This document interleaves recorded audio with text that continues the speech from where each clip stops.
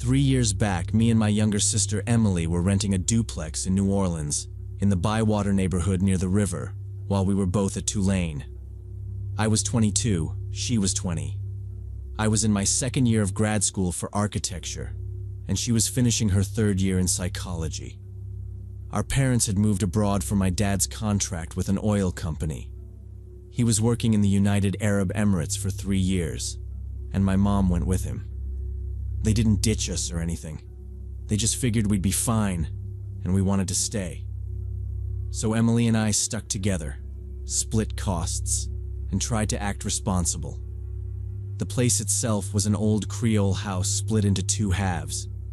High ceilings, floors that creaked, and an AC that worked intermittently, which is a cruel joke in Louisiana summer.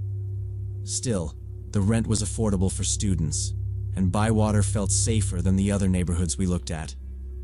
One night in August, around 11, we were on the sagging couch watching a series on my laptop. We were half zoning out, half laughing at dumb plot twists. Then the AC stopped humming.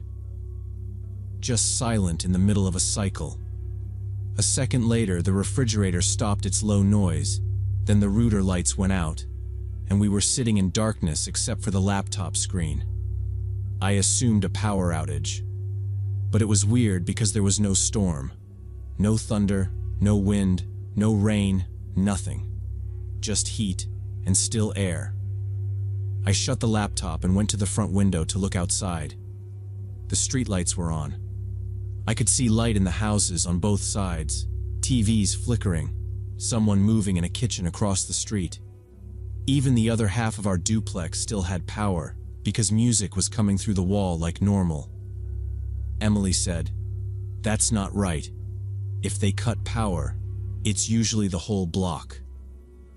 That's when I got this cold, anxious feeling, like my brain was trying to catch up to what my body already understood. I didn't want to stand there talking about it. I went through the place and locked the front door deadbolt and chain, then locked the back door with the key. I lowered all the blinds we normally left open for airflow. The only light was our phones and the laptop, and I didn't want anyone seeing that from outside. Emily kept asking what she should do, not in a needy way, more like she was trying to stay calm. I told her to go to the bathroom because it was the smallest room in the center, with no windows. "Lock it and stay quiet until I call you," I said. She nodded, took her phone, and walked down the hall. A second later, I heard the bathroom lock click. With my phone flashlight on, I told myself I was just checking the breaker box. Breakers trip. Old wiring fails. That explanation didn't fit the timing, but I needed something practical to do. The electrical box for our unit was outside, in the narrow passage between our duplex and the neighbor's house. I stepped out through the side door and kept the flashlight low. The box was in a little metal cabinet, with a padlock on it, or it was supposed to. The door was open, hanging on one hinge, and the lock was broken. The hasp was bent and torn like somebody forced it with brute strength. I touched the lock and it was still warm, which made my stomach drop. Inside, the main breaker was flipped to off, lever down. Every smaller breaker was down too, turned off one after another, like someone took their time. It wasn't a random trip. Someone had shut our power off deliberately, and they managed to do it without killing power for the other half of the house. I was staring at it when I heard footsteps on gravel from behind the corner of the house, coming from the backyard side. Heavy and unhurried, like someone walking around checking the perimeter. I didn't wait to see who it was. I rushed back inside, slammed the side door, locked it, and shoved a kitchen chair under the handle for extra bracing. I didn't turn the electricity back on. From the street, our half stayed dark, like nobody was home. I grabbed my phone and dialed 911, but before the dispatcher picked up, I decided to put on a show for whoever was outside. Loudly, so it would carry through the door and the thin walls, I said into the phone, "Yes, officer.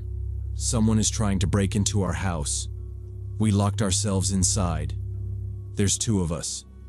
My address is 3247 Burgundy Street duplex, left half. Please come as soon as possible.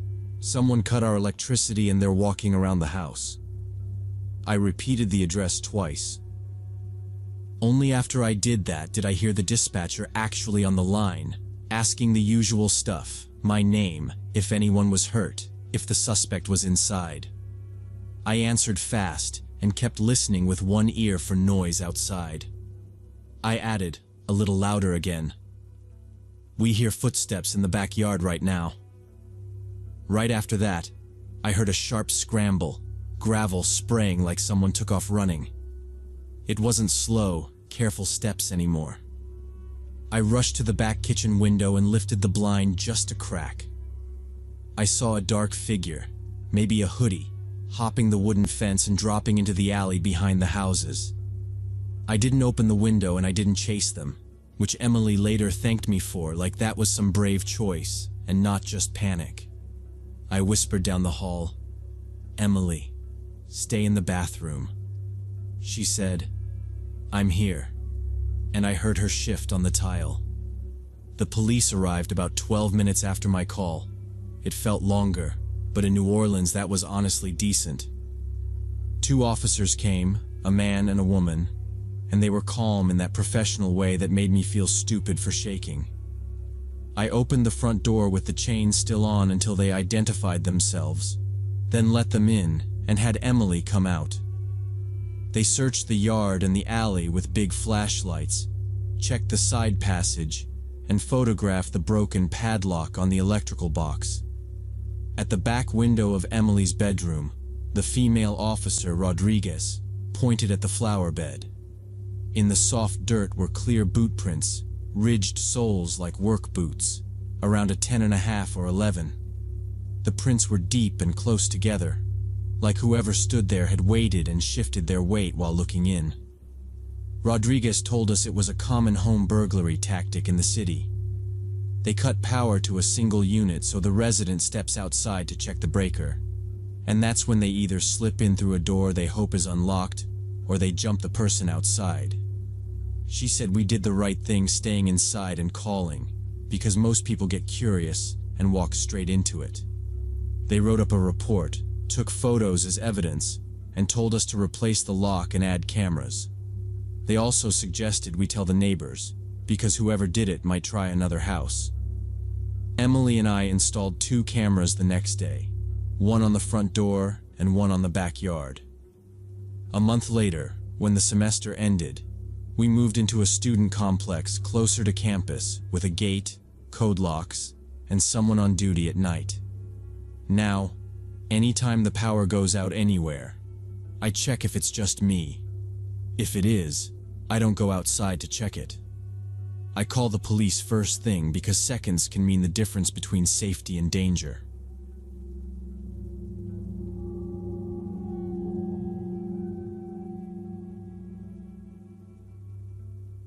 My hand was reaching for the panic button under the counter when I saw the gun. I was 22, working nights at a 24-hour convenience store in an industrial zone when my coworker called in sick.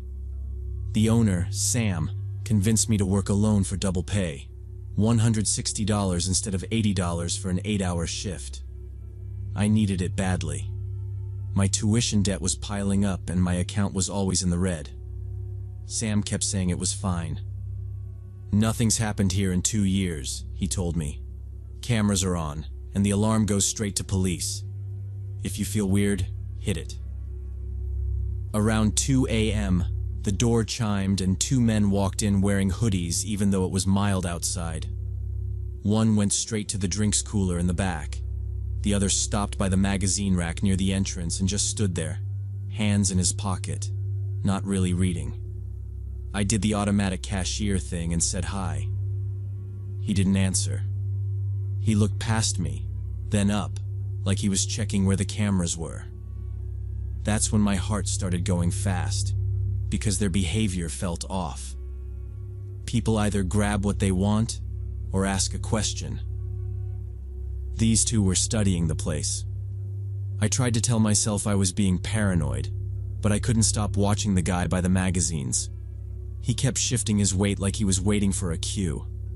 The first guy finally came up with an energy drink. He walked slow and didn't look me in the eye. He kept staring past my shoulder, like he expected someone to step out. I rang it up. $2.99, I said. He just stood there. No wallet. Nothing.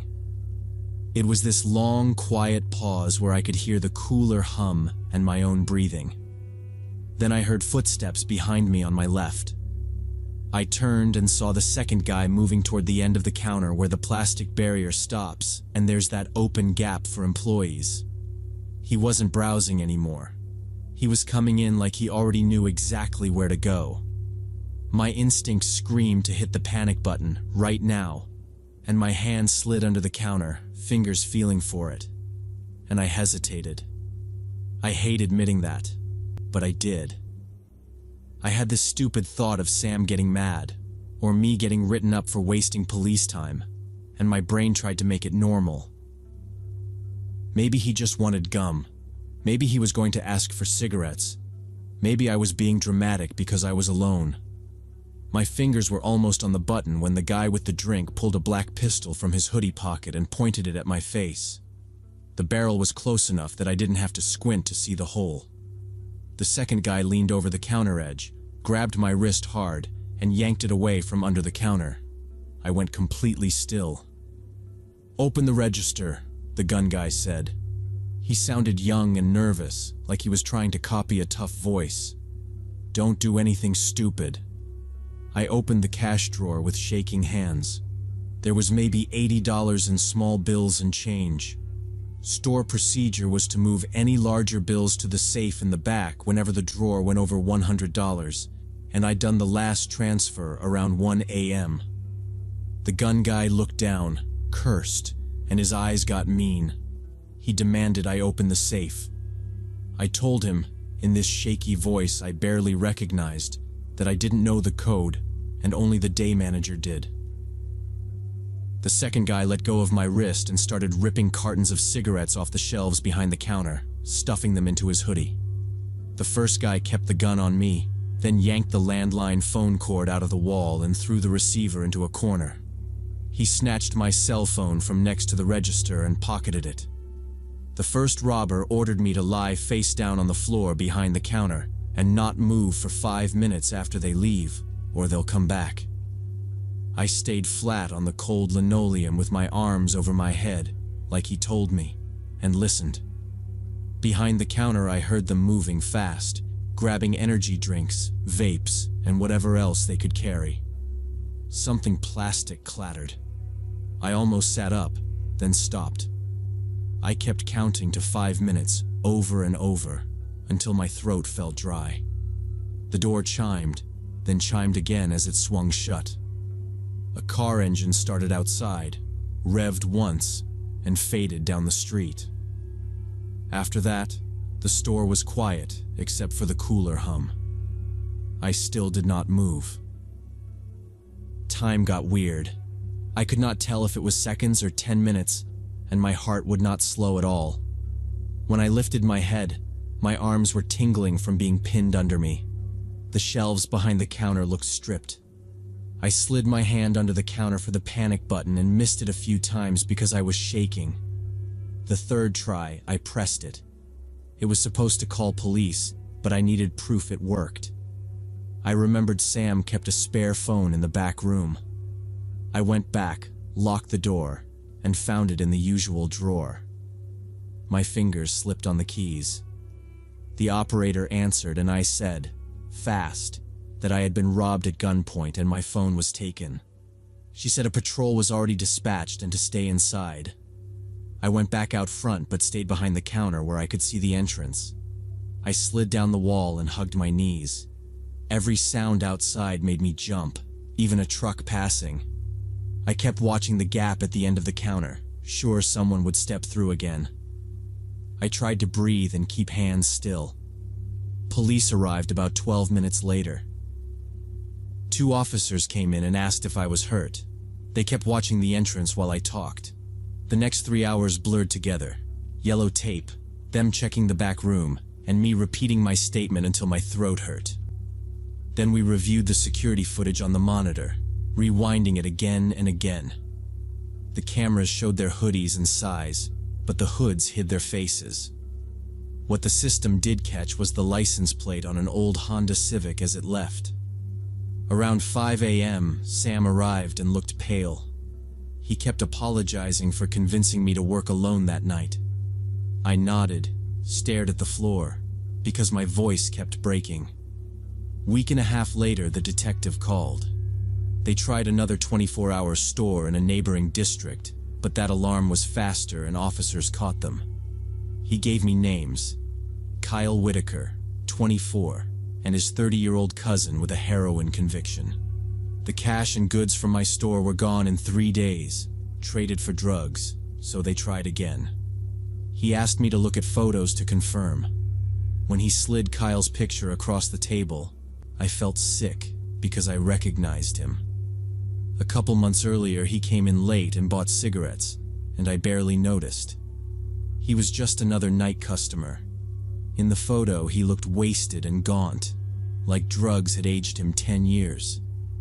I barely slept for a week after the robbery. The gun was in my dreams and I woke up tense.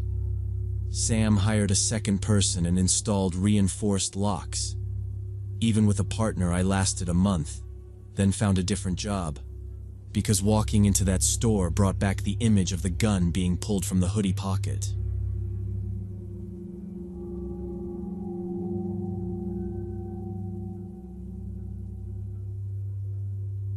This happened last fall, early October of last year. I work as a junior accountant at a small consulting firm, and that Thursday, I had an extremely long workday. We were closing the quarterly report for a major client, and the deadline was Friday morning. I sat in the office until 9 p.m. checking spreadsheets, reconciling numbers, and fixing mistakes from a coworker who'd gone on vacation and left me his part of the work. By the end of the day, my head was splitting from tension and constant staring at the monitor in poor lighting. When I finally closed the last Excel file and shut down my computer, my head was pounding so hard I could barely look at the bright corridor lights. I got in my old 2006 Toyota Camry in the office building's underground parking and drove home. But on the way, I remembered I was out of ibuprofen, and the headache was only getting worse. I saw the familiar green and white sign of a 24-hour CVS on the next street and turned in. I wanted to quickly run in, buy painkillers, and go home to sleep. The parking lot was nearly empty, just 3 cars including mine, and I parked right at the entrance under a bright lamp. My Camry had a chronic problem with the central locking system. It often jammed, especially on the driver's side, and took several attempts to lock all the doors. For quick stops at stores, I usually didn't bother with the lock, just got out and went. There was never anything valuable in the car anyway, just old CDs and a sports jacket on the back seat. I walked into the brightly lit pharmacy and went to the pain reliever aisle, picked a large pack of Advil and a bottle of water so I could take it right away.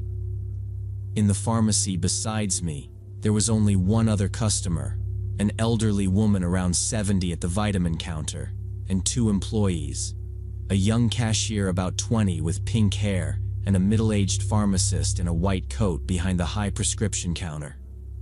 I took my items and walked to the register, put them on the conveyor belt. The cashier started scanning the Advil pack when the pharmacist called out to me from his counter about 5 meters away. He asked if I was the one who came in the gray Camry parked right at the entrance. I nodded, slightly surprised by the question. Why did he need to know? Then the pharmacist came out from behind his counter, walked closer, and said something that made my heart skip. Did you come alone? Because about a minute or minute and a half ago, I saw through the window some guy open the back door of your car and climb inside, closing the door behind him. I stood stunned, not knowing what to say. Thoughts raced through my head. Maybe it's a mistake. Maybe he confused cars. Maybe it's someone's stupid joke. The pharmacist pointed at the big storefront window. From there, you had perfect visibility of the parking lot and my car under the lamp. He explained he was standing at the tall prescription shelf arranging medication boxes alphabetically when he noticed movement outside. A man in a dark hoodie, looked about 30, came from the direction of the road, quickly walked to my Camry, looked around, then opened the rear driver's side door and climbed inside fast, shutting the door. The whole thing took maybe 10 seconds max. The pharmacist said at first he thought maybe it was my friend or boyfriend waiting for me in the car, but then realized the behavior was too suspicious and furtive. A normal person doesn't hide in someone else's car. I remember staring at the bottle on the counter like it was something to hold on to. I didn't want to look at the window because it made it real. The pharmacist asked, "Do you want me to call someone?" And I couldn't answer. My mouth was dry, and I kept thinking about that lock I never fixed. I felt cold run down my back and arms despite the warm pharmacy air. I blurted, "I'm alone. Nobody's waiting for me." I went to the front window and stared at my Camry under the lamp. It was about 9:30. The lot was bright enough to see the doors, but my rear windows are tinted, so I couldn't tell if anyone was inside. The car sat there, still. If a person was laid out on the back seat or down on the floor, I'd never know from here.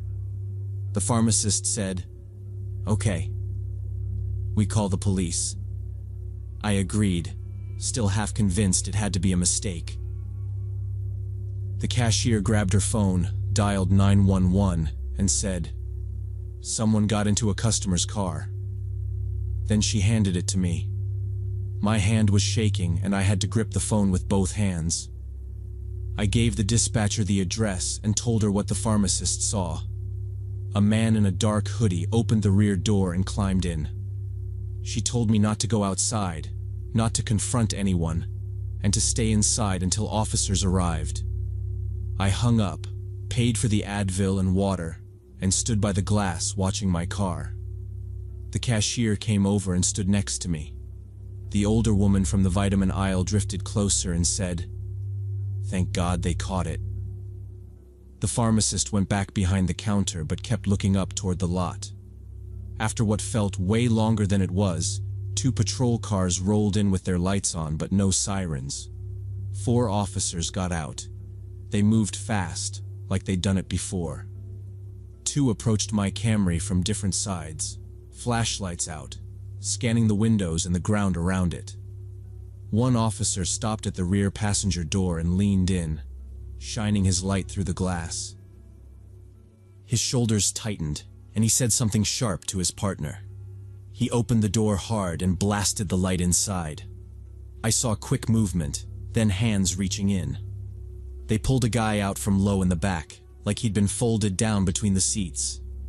My old gray sports jacket was over him like he'd tried to disappear under it.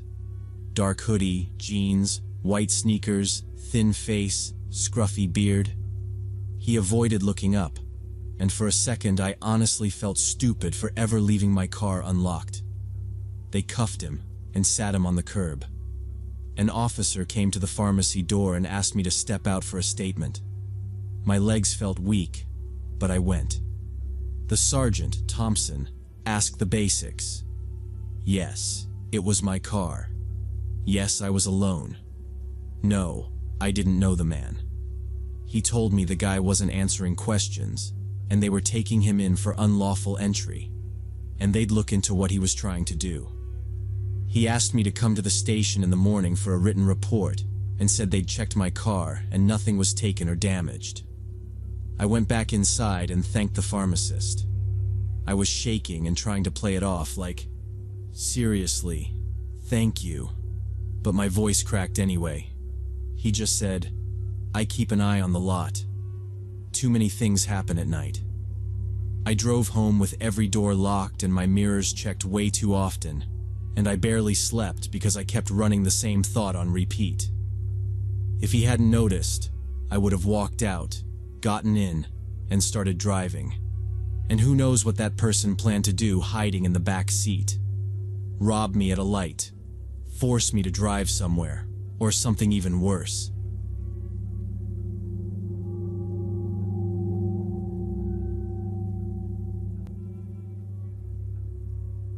Eight years ago, when I was 21, I was studying at a small university in Oregon, where the crime rate was basically zero, and most students walked around campus freely even at night.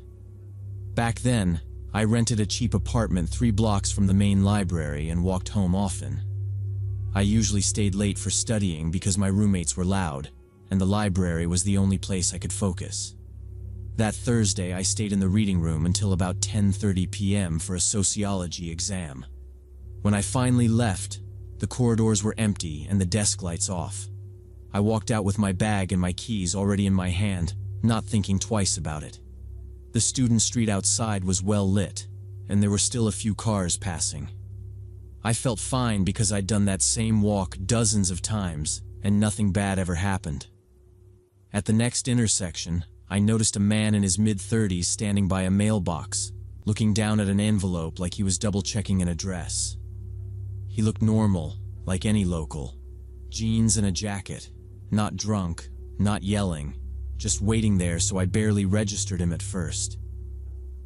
As I got closer, he looked up and asked, polite and casual, if I could tell him how to get to Weston Hall dormitory. I didn't stop fully, just pointed and said, 2 blocks straight, then left. He thanked me, and I kept going because bed sounded better than talk. Maybe 5 seconds later, I heard footsteps behind me. I told myself it was normal, that he was just heading the same way, but the pace matched mine too perfectly. I glanced back. He was behind me, about 5 meters away, and the envelope was gone from his hands now.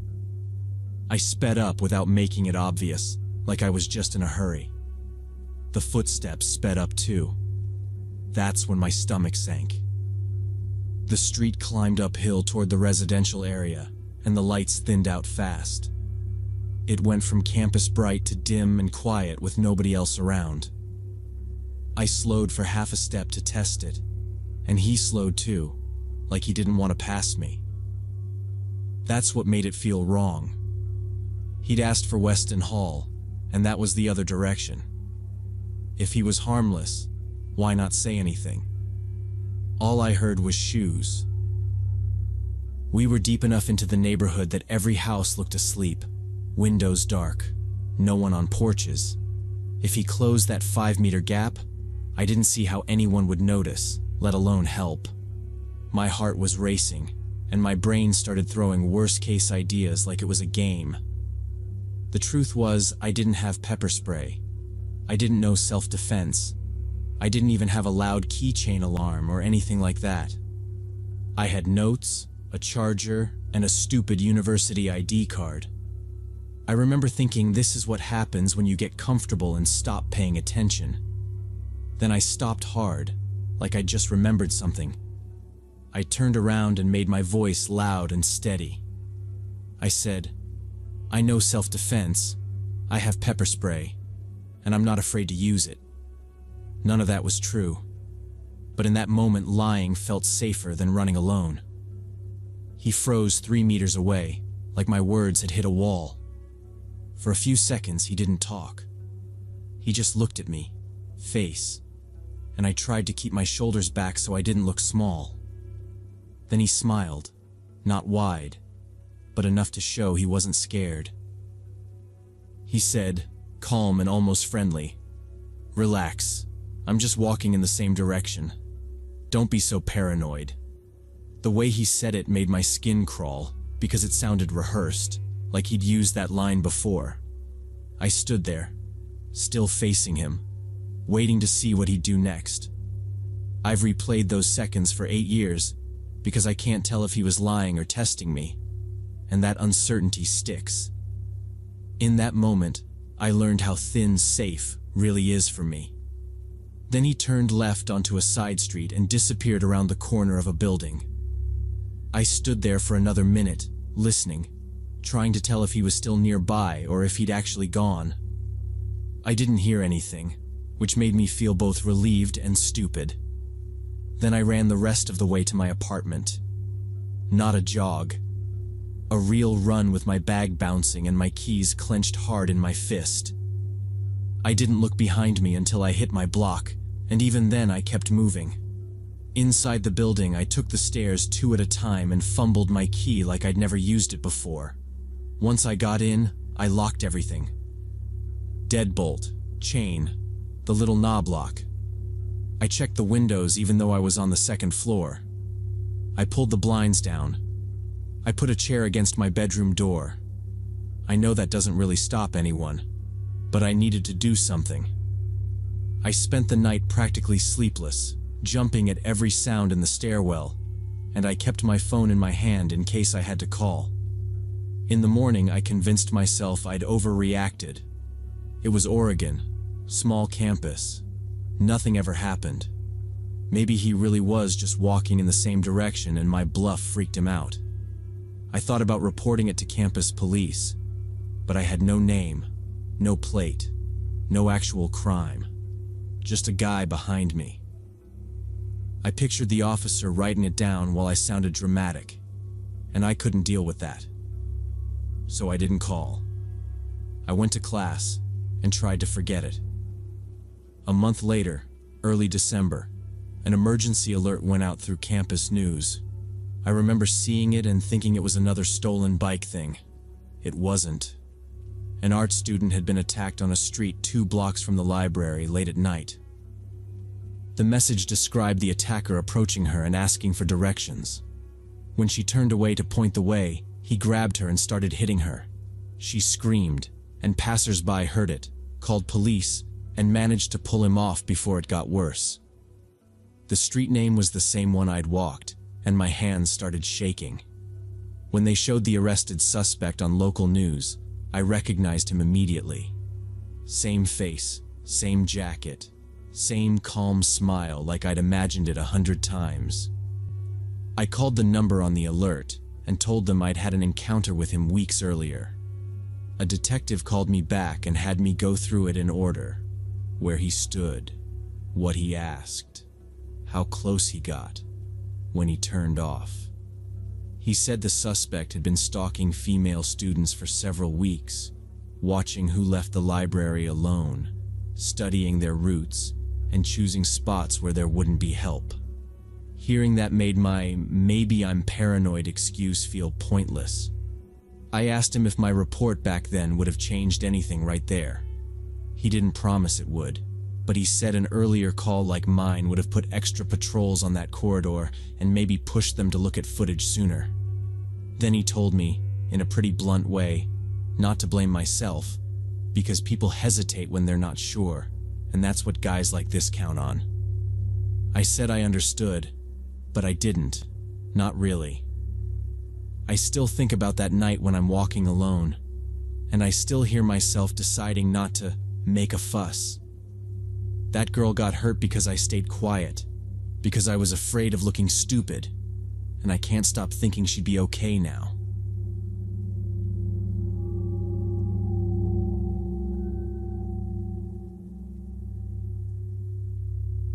This happened last fall, early October of last year.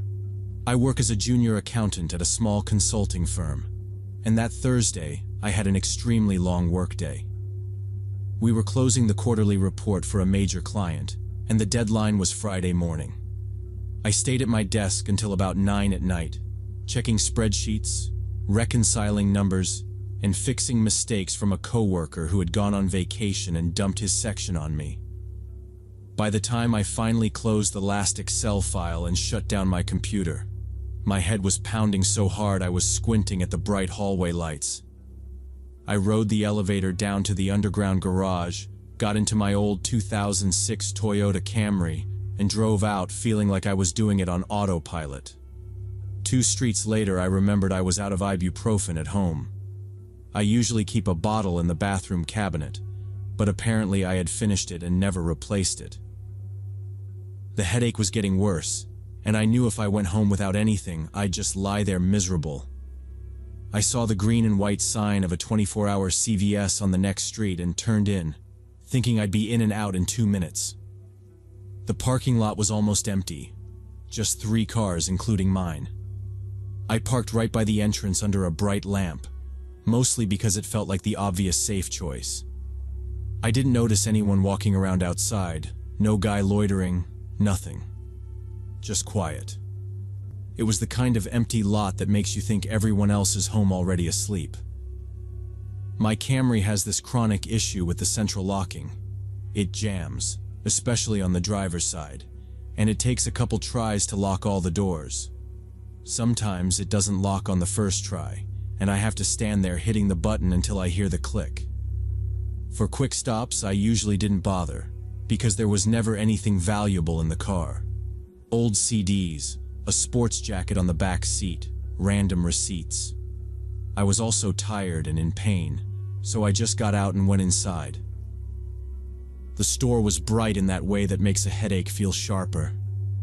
I went straight to the pain reliever aisle, grabbed a large pack of Advil, and grabbed a bottle of water so I could take it right away. There was only one other customer, an older woman at the vitamins, and 2 employees. The cashier looked about 20 with pink hair, and the pharmacist was a middle-aged guy in a white coat behind the prescription counter. I walked to the register and set my stuff down. The cashier started scanning the Advil, and I was already fishing my card out when the pharmacist called out from his counter, maybe 15 feet away. He asked, "Did you come in the gray Camry parked right at the entrance?" I nodded, confused, and said, "Yeah, that's mine." He didn't smile or anything. He just asked, "Did you come alone?" My throat went dry, and I had this quick, stupid thought. Why would he even notice my car unless something about it looked wrong? Before I could even ask why, he came out from behind the counter and walked closer. He kept his voice low and said, "Did you come alone? Because about a minute, maybe a minute and a half ago, I saw a guy open the back door of your car and climb inside. He shut the door behind him." I just froze. For a second, my brain tried to argue with him, like maybe he had the wrong car. Maybe it was a friend of mine I forgot about. Maybe I misheard. The pharmacist pointed at the big front window. From there, you had a perfect view of the lot, and my Camry was still under that lamp exactly where I'd left it. He told me he had been standing at a tall shelf alphabetizing medication boxes when he noticed movement outside. A man in a dark hoodie, maybe around 30, came from the road, walked fast to my car, looked around, opened the rear driver's side door, and slid in quick. The whole thing took maybe 10 seconds. He said at first he thought it might be my boyfriend or a friend waiting, but the guy's behavior was too suspicious, too furtive, like he was trying not to be seen. I still think about how normal I felt 2 minutes earlier, like a headache was my biggest problem. One random stop, one car I didn't lock, and suddenly I was trying to picture a stranger sitting 3 feet behind my driver's seat. I could feel this cold run down my back and arms even though the store air was warm. I told the pharmacist, "I'm alone, I don't know anyone here," and I went straight to the window, staring at my Camry under the lamp. It was around 9:30. The lot was lit, but my rear windows are tinted, so I couldn't see anything moving inside from I stood. The car looked normal, and that made it worse, because I knew someone could be crouched on the floor, and I would miss it anyway. He suggested calling the police, and I nodded, even though part of me kept insisting he must have mixed up cars in the dark outside. The cashier pulled her phone from her apron, dialed 911, and explained there might be a man hiding in my vehicle right now. She handed it to me, and I gave the dispatcher the address, my car description, and said I had not approached it since parking earlier. The dispatcher sounded calm and told me to stay inside, not to go out, and to wait because units were coming within the next minutes. She asked if I had seen a weapon, and I said no. I had only been in the pain aisle the whole time, alone there. I set the phone down, paid for the Advil and water, and stood by the glass, keeping my eyes on the Camry without blinking much. I didn't open the bottle or take pills, because my hands felt unreliable, and my headache became a background detail compared to what waited outside. The cashier moved beside me, and the older woman came over too, whispering that it was good someone noticed before I left with him inside. The pharmacist went back to work but kept glancing up, and every time I looked away, I forced myself to look again at my car. About 7 minutes later, 2 patrol cars rolled into the lot with lights flashing and no sirens, which somehow felt scarier than noise would have. 4 officers got out, and 2 approached my Camry from opposite sides, holding flashlights that threw hard white circles on glass as they searched quickly. One officer went to the rear passenger door, shined his light through the window, then opened it fast and aimed inside like he expected trouble. His shoulders jerked, he shouted to his partner, and I saw cuffs in his hand as he leaned deep into my back seat right away. They dragged a man out from the floor space between seats, and he had my old gray jacket pulled over his head like a blanket. He wore a dark hoodie, jeans, and white sneakers, and he looked thin and unshaven, around 30, eyes darting everywhere even after they cuffed him. They sat him on the curb, one officer stayed with him, and another walked to the pharmacy door and called me out for a statement. Outside, the air felt cold on my face, and my legs felt like cotton as I said, "That's my car, yes. I came here alone." The sergeant introduced himself as Thompson and asked if I knew the man, and I kept repeating, "No, never seen him, not once, not ever." He said the guy was refusing to talk, they would take him in, and charges would likely be unlawful entry and attempted robbery or worse. Thompson told me to come in the morning for paperwork, and he said my car was checked, nothing missing, nothing damaged, so I drive home. I thanked the pharmacist again, drove home shaking, and that night I barely slept, replaying what would have happened if he had not warned me.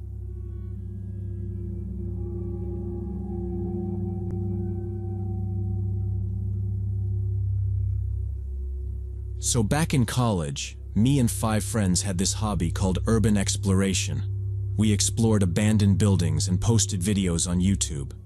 The channel was called Forgotten Places, and after 3 years, it had about 15,000 subscribers. We'd hit dozens of spots: old factories, closed malls, ruined churches, abandoned schools, even a small airfield once. Most places were just empty shells, but they made for good videos. The best find was St. Margaret's Psychiatric Hospital on the far edge of town. It was a huge complex with 5 buildings, shut down in 1993 after an abuse scandal the local paper wouldn't stop talking about. We just wanted a location that looked untouched and big enough to explore for multiple weekends. St. Margaret's had a rusty 2-meter fence around it, but there were holes in several spots where people had pulled it apart. We could squeeze through with backpacks and gear without much trouble, so we started going every weekend for a month.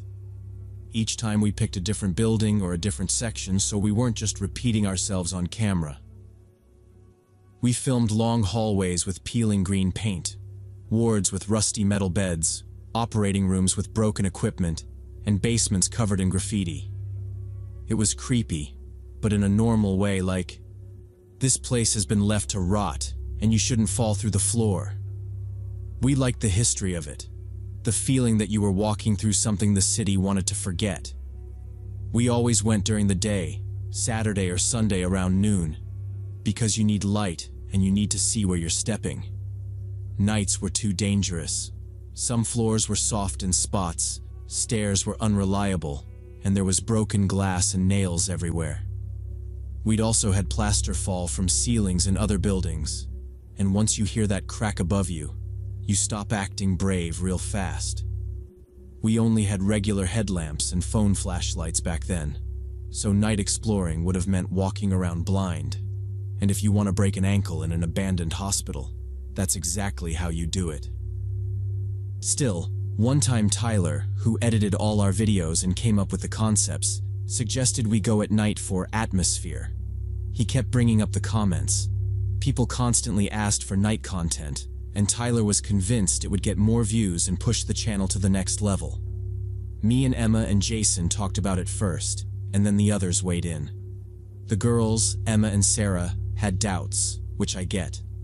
Tyler wasn't being reckless on purpose, though. He genuinely thought it would be fine if we planned it. So we planned it. We got 4 powerful flashlights, headlamps for everyone, spare batteries, and walkie-talkies in case we split up across different floors or buildings. We agreed on a simple rule: stay together. 2 hours max, no hero stuff.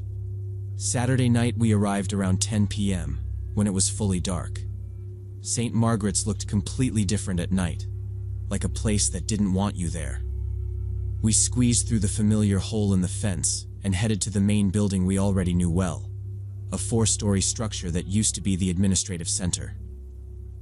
The plan was simple: go through all 4 floors, film some shadowy flashlight scenes, collect material for a 20 to 30-minute video, and leave. The first floor was empty as usual: lobby with a broken reception desk, hallways with torn wallpaper, offices with overturned furniture. The second floor was familiar too, where the doctor's offices were, small rooms with metal tables and cabinets. We went up to the 3rd floor where the wards for severely ill patients used to be, little rooms with bars on the windows, thick doors with peepholes, and hooks on the walls where straitjackets used to hang. Tyler was filming with a wide-angle lens, Emma was lighting with a powerful flashlight, and the rest of us drifted room to room taking quick phone photos and watching our footing. Everything was calm and going according to plan until we heard a sound, a loud door slam somewhere a floor below, echoing through the empty building. We went silent instantly, looking at each other in the flashlight beams. Tyler killed the camera, and we stood there like idiots, not even whispering. Then we heard footsteps, slow and heavy, coming up the stairs from the floor below. Not a shuffle, not a rat noise, a person in boots. My first thought was security or police, even though in a month of daytime visits we'd never seen either, and Tyler always said, "It's abandoned, no guards." I leaned over the railing and yelled, loud on purpose, "Hey, we're just filming for YouTube, we're leaving now, we don't want trouble." No answer. The steps kept coming, same rhythm, closer. Jason yelled too, "We're leaving right now, don't call the cops." Still nothing. Just those steps. Emma grabbed my arm and said we should take the back exit at the far end of the hall, the one with the other staircase we sometimes used. Everyone nodded. We started moving fast but trying not to stomp. Lights pointed down so we didn't miss holes. I could hear Sarah breathing behind me, and I hate that I remember that. Halfway down the hall, the footsteps sped up. Then it wasn't one set anymore. It sounded like several people running up the stairs, like they'd been waiting and just decided to go. Voices hit us next, echoing, at least 3 men. Rough voices, laughing. One yelled, "Hey kids, where you running? Want to play hide and seek?" That was the moment it stopped being, "Maybe we get a trespassing ticket," and turned into something else. Tyler said, short and sharp, "Exit, now. Stay together." We slammed down the back stairs to the 2nd floor, almost slipping on concrete dust, grabbing a loose railing that felt like it might rip off. Above us, they were running too, stomping and yelling like it was a game. We hit the 1st floor and sprinted for the main doors, and then my stomach dropped again. 3 guys were already in the lobby, flashlights up, blocking the path to the exit. One had a piece of pipe or a metal rod in his hand. He smiled and said, "Stop. Let's talk." None of us stopped. We turned hard into a side hallway toward the emergency exit by the old cafeteria. Their footsteps thundered after us and something flew past.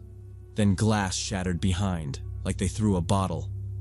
We shoved through a broken door and the cold night air hit my face. We ran across the overgrown yard, straight for the fence, not looking back. We squeezed through the hole we'd always used and someone tore their jacket on the wire. I heard the rip and a curse.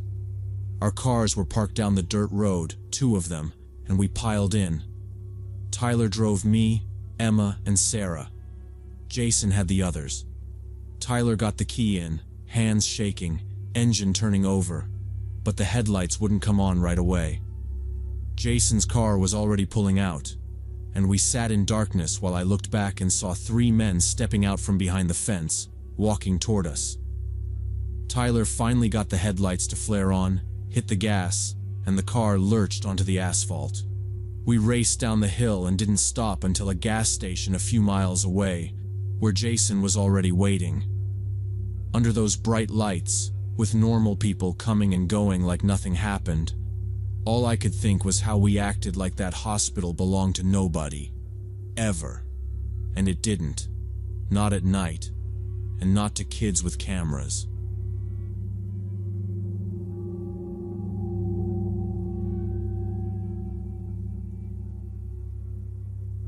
Way back in 2018, I was working night shift as an archivist at a private storage facility for confidential legal documents. The building used to be a bank, so it had steel doors, separate access zones, and long corridors that didn't connect in straight lines. My job was the central desk. If a lawyer needed a file, they'd call ahead. I'd verify the request, pull the folder, and log it out on the card and in the computer. Most nights, nobody needed anything. I read, watched movies, and did quick rounds so I could honestly say I checked the doors. The whole point was chain of custody, because these were lawsuits and investigations, not old newspapers. 2 weeks in, files started not being where they should be. A folder I saw the night before would be gone, then show up later in a different section. Sometimes it would be in an area I wasn't even cleared to enter. The checkout cards were worse. They showed requests I never processed, like someone had borrowed cases without ever coming to the desk. I'd stare at the timestamps, and they'd land right in the middle of my shift. The door logs didn't match my rounds either. I'd look at the electronic access report before going home and see doors opening in departments I hadn't stepped into all night. The entries had exact times, like 2:14 a.m., not some vague overnight count. Nothing tripped an alarm, no forced doors, just clean opens and closes. I assumed the system was buggy, but the same areas kept popping up. The closed cases section freaked me out the most. It held completed investigations marked strictly confidential, and I was told not to enter without a written request from the partners. They only came during the day. The door had a visit counter, and I started noticing it was climbing almost every night. The sign-in sheet said I was alone. So in the morning I told Robert, the day administrator, "Closed cases is getting opened at night, and files are moving."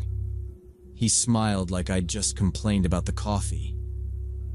He said the system was old, counters scrambled, cards duplicated entries, and locks sometimes logged phantom openings because of voltage issues. "Old building," he said, tapping the desk. "Don't start accusing people.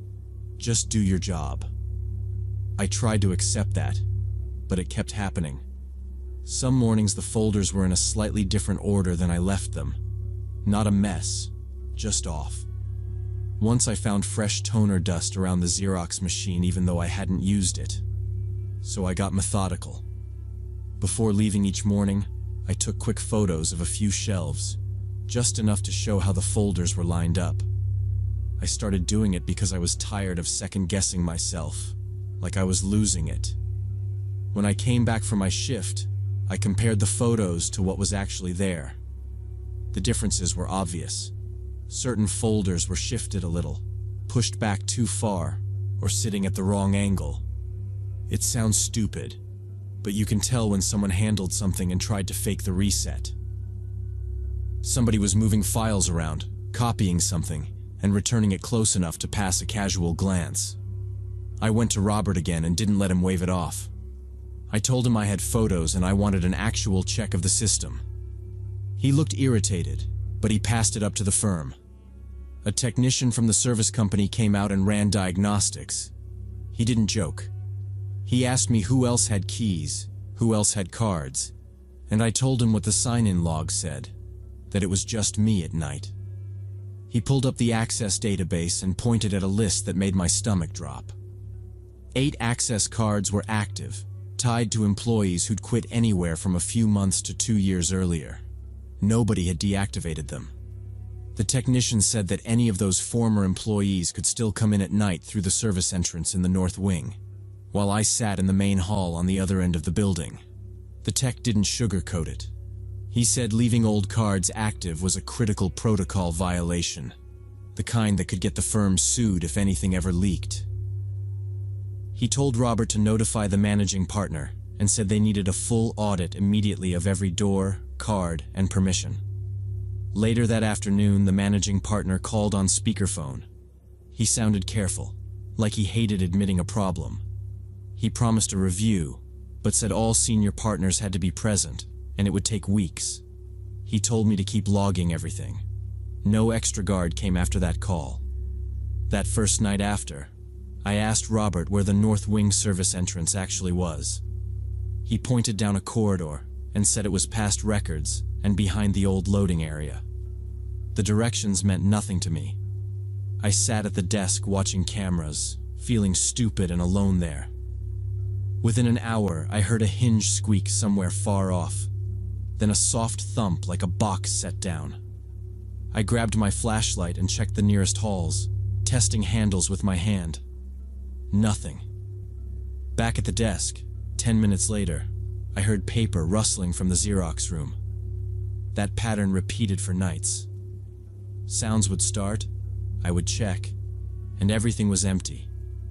Then I would return and hear it again. Sometimes it was slow footsteps. Sometimes it was the Xerox tray clacking. I never found a door open, which meant no easy proof to show anyone later. After about a week, I pictured the simplest explanation: a former employee who kept an active card. I imagined them waiting near a corner, listening for me to leave the desk. I stopped taking long rounds. Sometimes I'd call out, "This place is monitored," even though it sounded weak anyway. I started sleeping badly during the day. At home, I'd jerk awake to normal sounds and just lie there listening. Friends said I looked sick, like I'd been partying too hard. I stopped explaining because it sounded like a ghost story, and it wasn't. It was bad access control period. 2 months after the tech visit, nothing had changed. The audit kept getting pushed because one partner was in trial, another was traveling, and compliance wanted meetings. Robert would shrug and say, "They're working on it." One morning after a search, I typed resignation and left it on Robert's desk. They called me in and tried to talk me out of quitting. The partner said the logs were wrong, the system was old, and the ex-employees with active cards lived in other states. He said there was no breach. I told him I wasn't accusing anyone, I couldn't stay. After I resigned, they still talked about the audit like it was around the corner. It never happened while I was there.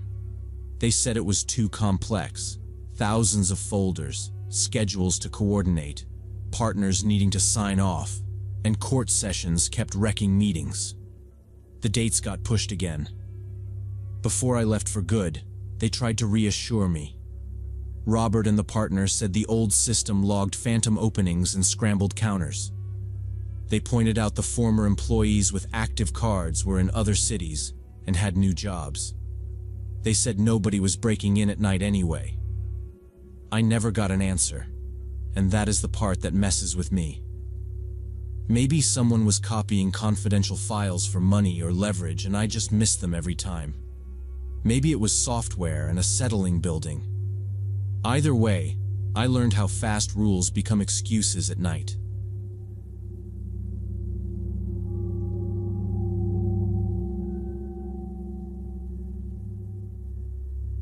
So for the context, I live alone in a small house in the Portland suburbs, working as a freelance graphic designer with an absolutely chaotic schedule.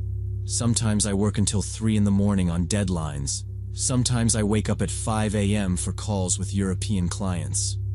That November night, I delivered a big project around 2 a.m., completely exhausted after 3 days of barely sleeping. I was fried in a way that makes you sloppy about basic stuff, like locks. Before bed, which is not like me usually. Before I went to sleep, I took the trash out to the curb. It's a short walk, but I was on autopilot and thinking about getting under the blanket. I came back inside, closed the door, but forgot to turn the key in the lock. I just pulled it shut and headed down the hallway. I actually thought, I'll come back and lock it, and I even slowed down like I might. Then I got into bed and decided I'd do it in the morning.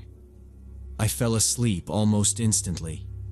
No excuses, just tired and stupid, and it mattered later. Maybe 30 minutes later, I woke up to a sound that cut straight through the sleep haze. It was the front door hinges, that exact creak my house makes when the door moves. At first, I tried to convince myself it was the wind, even though there wasn't any. Then my brain caught up, and I remembered the unlocked lock.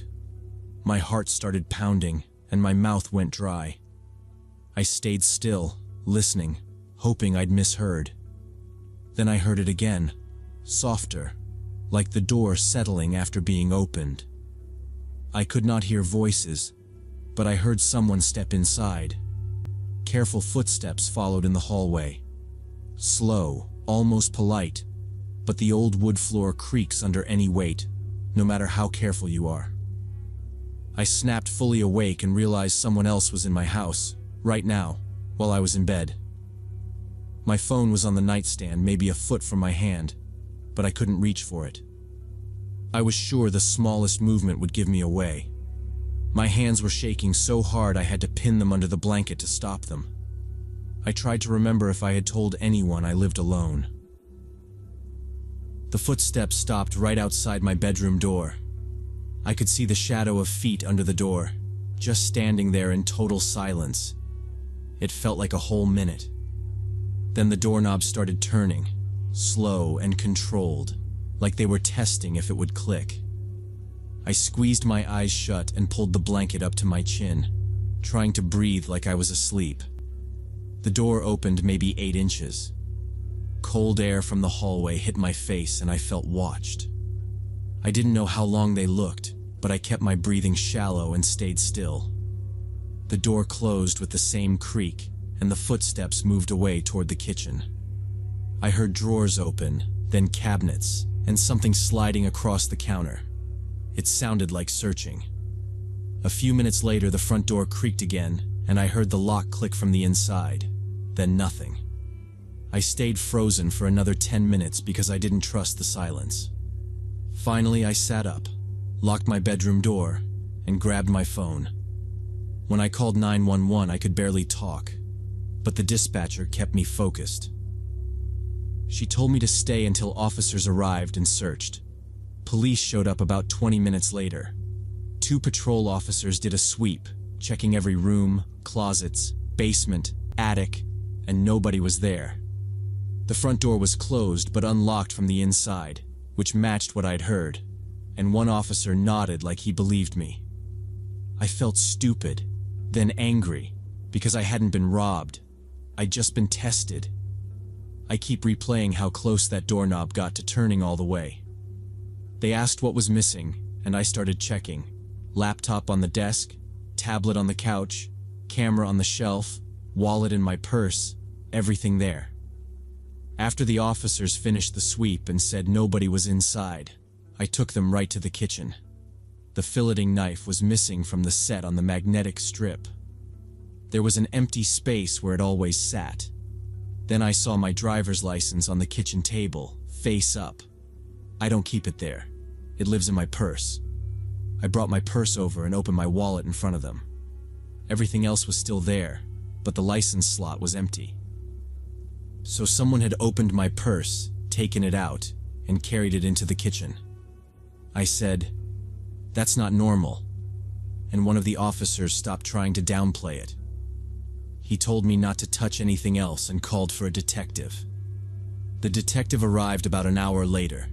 He took photos carefully, then dusted for prints on the front door handle, the bedroom doorknob, the kitchen drawers, the table, and the neighboring knife handles on the strip. He had me repeat it. Trash out at around 2, door pulled shut but not locked, asleep fast. Then the hinge creak, slow footsteps, the shadow under my bedroom door, the knob turning, the door opening a little, then closing.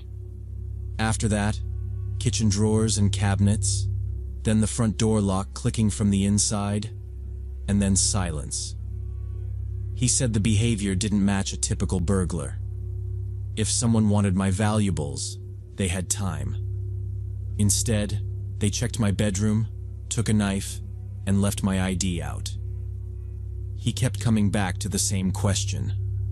Why enter a sleeping person's bedroom, steal nothing, and take only a knife? He said that looked like someone confirming I was asleep, maybe planning to return later, or someone familiar with the house who knew where things were. Then he started asking about people in my life. Ex-partners, conflicts with neighbors, fired workers, anyone who'd had access, even a housekeeper. That's when I remembered David. We'd broken up 3 months earlier after jealous outbursts. He accused me of cheating with no reason, demanded access to my phone, and got angry when I worked late. He'd had a key when we were together. When we split, I demanded it back, and he handed me a key, and I accepted it. I told the detective I thought that was the only copy. David still texted me sometimes, asking for a second chance, saying he'd changed. The detective wrote everything down and said he'd check David's alibi, but he also told me to change all the locks immediately. Cameras from neighboring houses showed a figure in a dark hoodie entering my yard around 2:30 in the morning and leaving about 10 minutes later. The face wasn't visible. The height and build could fit David, but it could fit other men too. David had an alibi technically. His roommate said they watched a movie together until 3 a.m., but the detective told me that kind of alibi could be arranged. The fingerprints didn't match anything in the database, and the knife was never found. I changed all the locks the next day and installed an alarm system and cameras, but the feeling of safety was gone. Every creak made me jump, and I couldn't fall asleep without checking all the locks 3 times.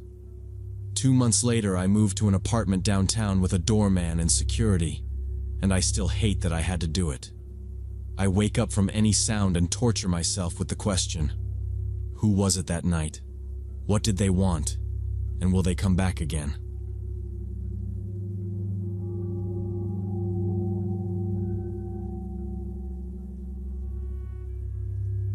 Last summer, me and my cousin Marcus were driving back from a music festival in Albuquerque. I'm 28, from a small town in New Mexico, and Marcus is 30. We both took Monday off work so we could drive through the night and avoid the desert heat during the day. We'd left after the last set because neither of us wanted to pay for another night in a hotel. Marcus was the sober one. I was just tired and sunburned and ready for my own bed. I kept checking the time like it mattered, like the road would somehow be safer if we got home before sunrise. Marcus kept saying, "We do this and we sleep all day Monday." And I agreed, even though the drive already felt too long. It was around 2 in the morning on Highway 285, nothing but empty desert and the occasional cactus in our headlights. I was dozing in the passenger seat when Marcus said, "Hey, wake up." The temp gauge was climbing into the red. He pulled over fast but controlled, hazards on, and popped the hood. He shined his phone light down and told me the cooling fan belt had snapped clean. Marcus works as a mechanic, so he had that annoyed, focused look instead of panic. He grabbed his tools from the trunk and said he could rig something with wire to get us to the next town, about 40 kilometers away. I held my phone light while he worked, trying not to hover but also not wanting to be useless. The highway was dead.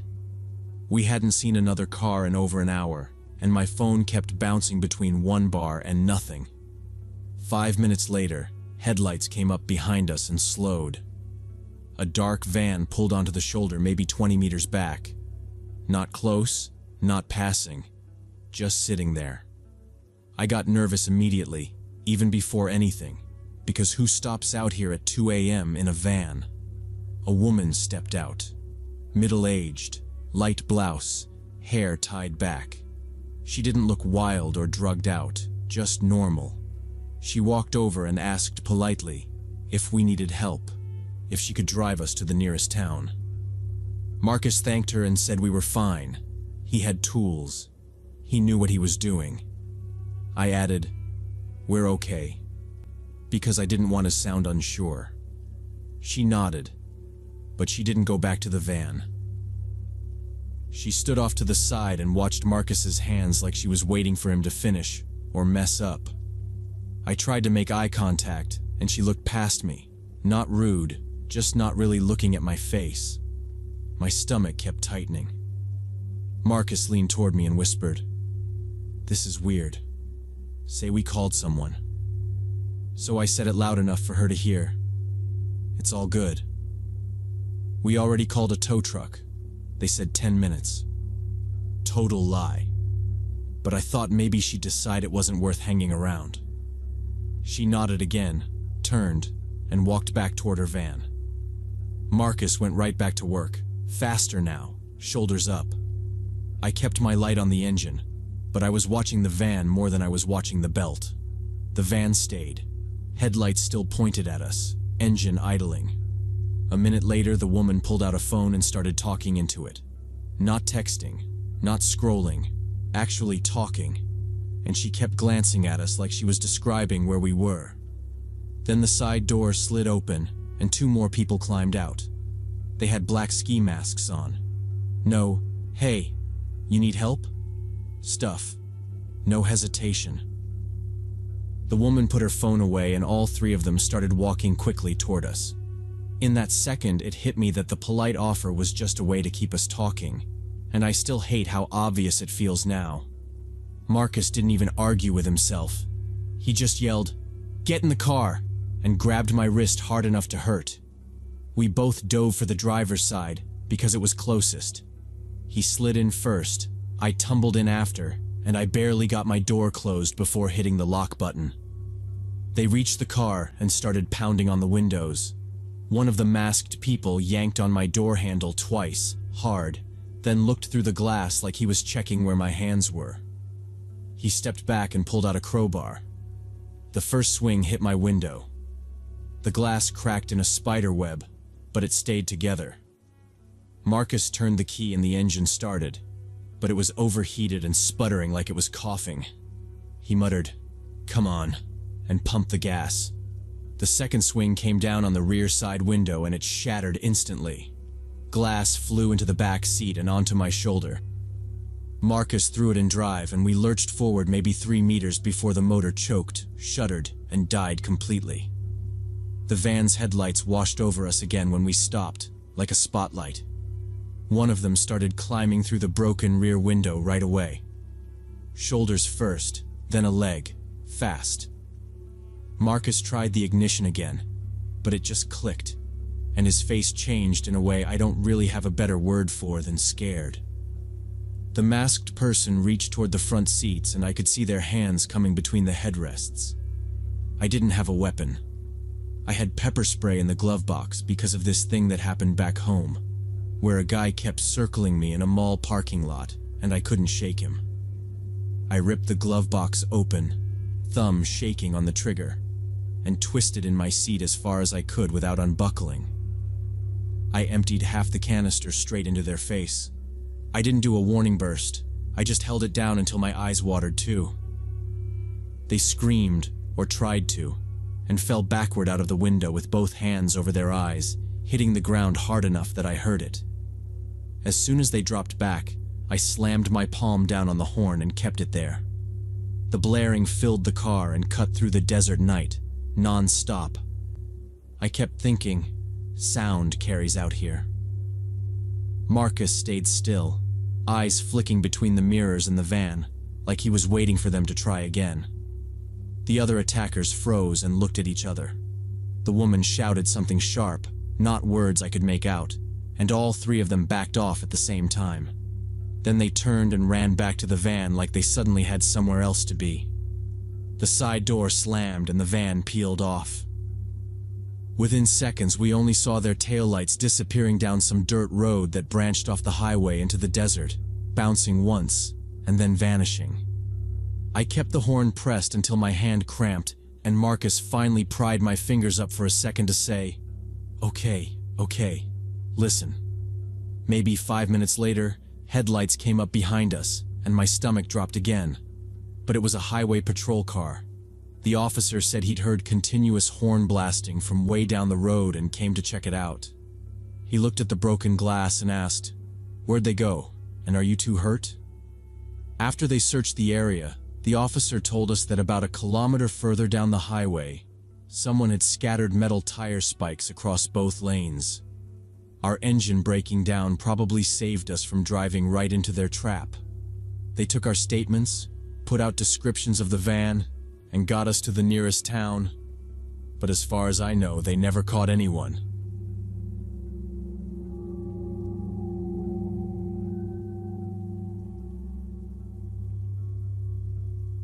I've been working on my small ranch in the foothills for the past 15 years, raising alpacas for wool production. Quiet, steady work that brought in about $4,000 a month. I'm Elizabeth, and it wasn't some hobby setup. 23 animals, routine checks, feeding, shearing, vet calls, and paperwork. I knew each one by name and personality, who was pushy at the trough and who needed space. I planned breeding, tracked weights, watched for parasites, and kept receipts like my life depended on it. Because it did. Most days were boring, which I liked, and that matters later. Last summer, one July morning, I walked out to the pen and Bianca was gone. She was a young cream-colored female, still a little skittish, and I expected to find her hiding behind the shelter. But the pen was intact.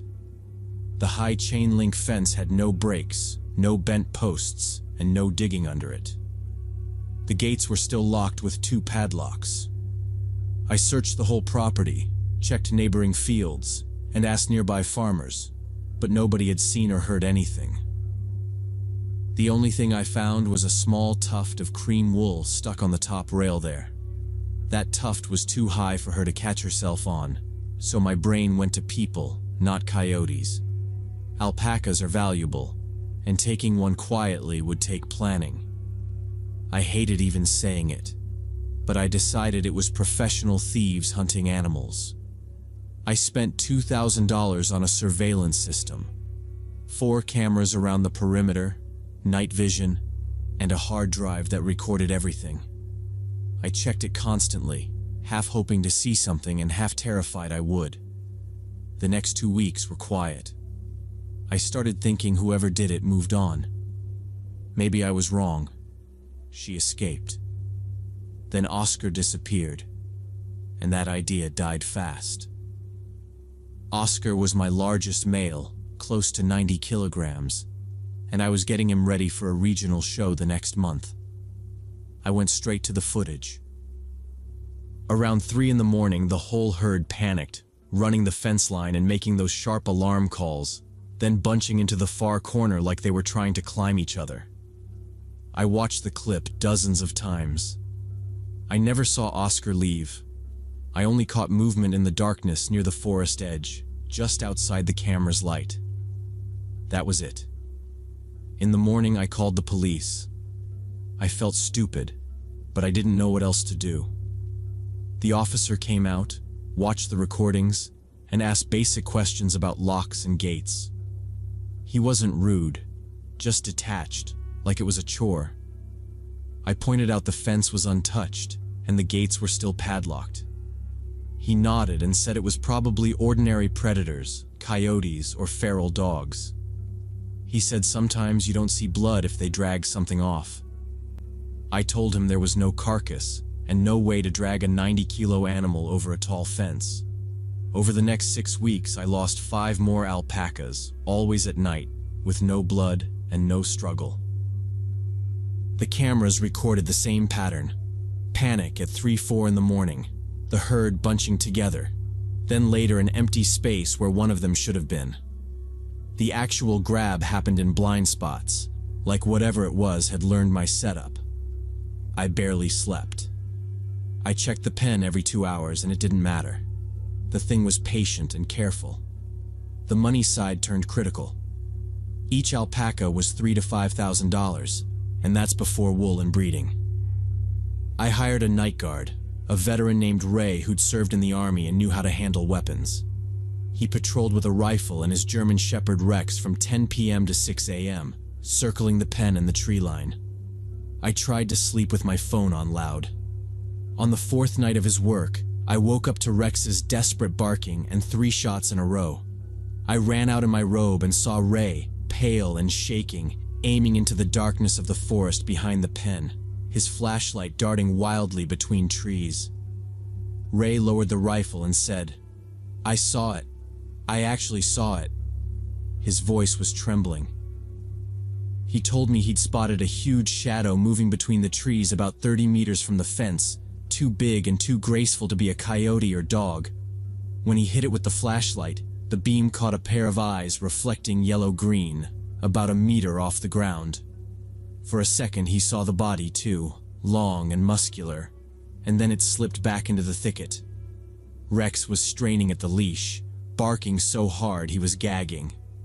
Ray kept him tight and said, "I'm not letting him go in there. In the dark, we lose the advantage." The 3 shots were warnings. He fired up and away, hoping the noise would scare it off, but he admitted he wasn't sure it worked. At dawn, we walked the forest edge. The fence was locked and intact, no cut links, and no digging under it. By the stream, the dirt was soft, and we found prints that made me go cold. 4 toed paw marks the size of my palm, no claw marks, clearly feline, and bigger than any bobcat. On the lower barbed wire there were scraps of short, reddish-brown fur. I photographed everything and contacted the regional wildlife control department, sending the photos and the camera clips.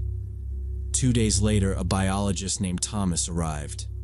He measured the tracks, studied the fur under a magnifying glass, and said, "Mountain lion. Large adult male." Based on the track size, he estimated around 70 kilograms.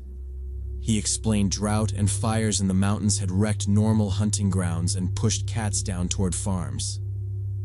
"They usually avoid people," he said, "but hunger makes them take risks." He told me not to try to track it myself. "Don't go looking for it," he said, "and don't let the dog chase it." He explained a cornered cat can turn on a person fast, and a dog can bring it straight back toward the house. I wrote down his number and saved it under Wildlife Thomas on my phone before he left. He told me to raise the fence to 2 meters, install bright lighting, add sound deterrence, and not go outside alone in the dark. I spent my last $8,000 of savings and took out a loan for another 5. We raised the fencing, put up floodlights, added motion sensors and sirens, and ran extra wire along the bottom and top. Ray kept patrolling, but now Wildlife Control issued him a tranquilizer rifle and told him to call immediately if he saw the cat. They set 3 cage traps in the forest with meat bait, hoping to catch it alive and relocate it. 3 weeks ago, I saw the last signs. Fresh tracks right on the boundary early in the morning, and scratches on an old oak about 1.5 meters up. The territorial markings Thomas had described. Since then, there have been no attacks. The alpacas calmed down, stopped panicking at night, and started eating normally again. The traps are checked every 3 days, but the lion never got caught. Thomas thinks it either went farther into the mountains after the drought eased with autumn rains, or it was shot by poachers in a neighboring county, or it switched to wild prey once it had better options. I want to believe the threat has passed, but every night I still wake up at the slightest rustle, check the cameras on my phone, peer into the darkness outside the window, and listen to sounds from the pen.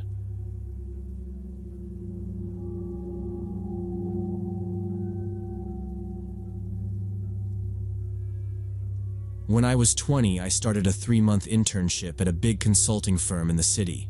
My first real chance to work in actual business, not just delivering pizzas. I was a junior in college, and I needed it to go well. Skinny, 5'9", no sports background. Heights and tight spaces mess with me. People teased me about it, and I tried to act like it was funny. I know that sounds weak, but that's me. The firm had offices on the 7th, 8th, and 9th floors of a glass building. The first floor was the lobby and reception. On day 1, we had a safety briefing, and the building manager pointed at a map and said, "The technical fire stair runs from the underground parking, but it does not open on the first floor. The next door after the basement is on the 2nd. Don't use it unless it's an emergency. Use the elevators." The first 3 weeks went fine. I got used to the pace, made friends with other interns, and we stayed late a lot working on client decks and spreadsheets. Most nights we were still there at 9 or 10, mostly because nobody wanted to look lazy. Then week 3, Wednesday around 2 p.m., someone collapsed in the lobby. A delivery courier passed out right at the reception desk, fell forward, and hit his face on the marble. I didn't see the impact, but people on our floor did, and the screaming carried up. A coworker waved me over to the glass and said, "Dude, look." From the 9th floor you could see down into the inner hall. I saw a crowd forming, and I saw my supervisor down there too.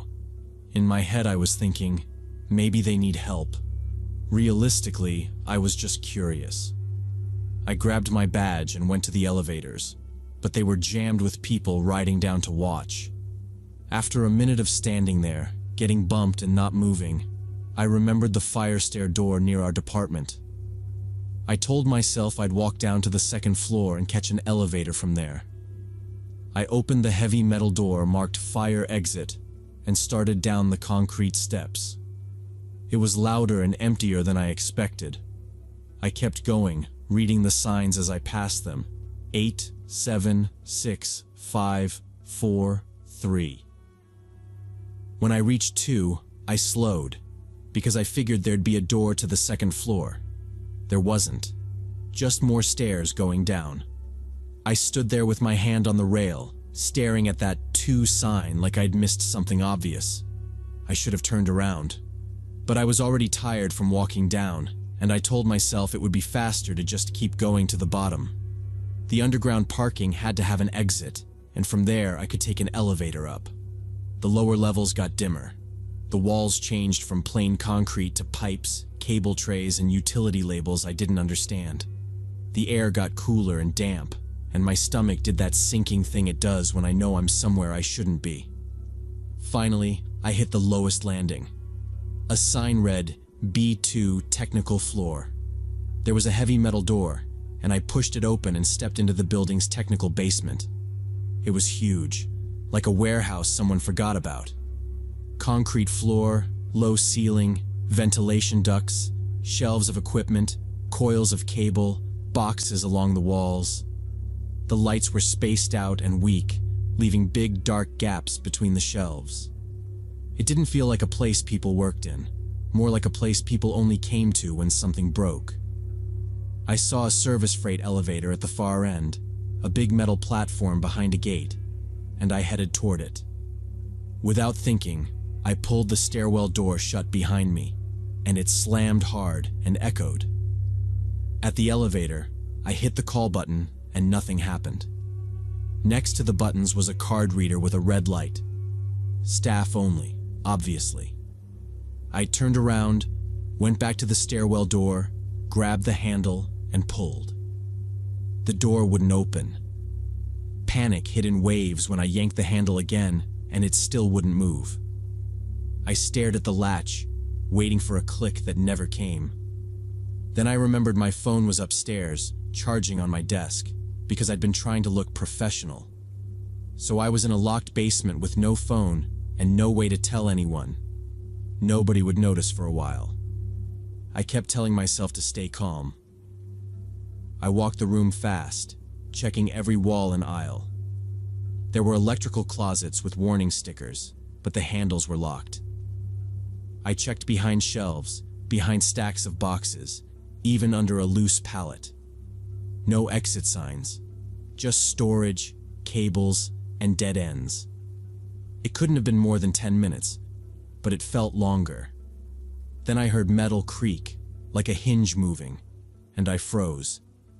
At the far side, a door I hadn't really noticed cracked open, and a man stepped through.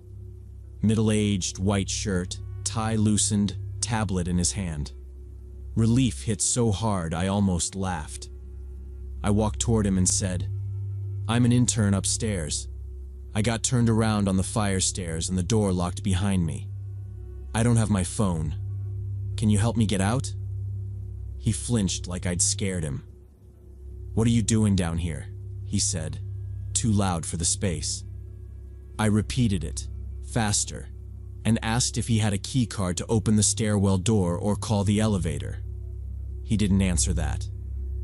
He glanced back through his doorway and said, "I know another way out.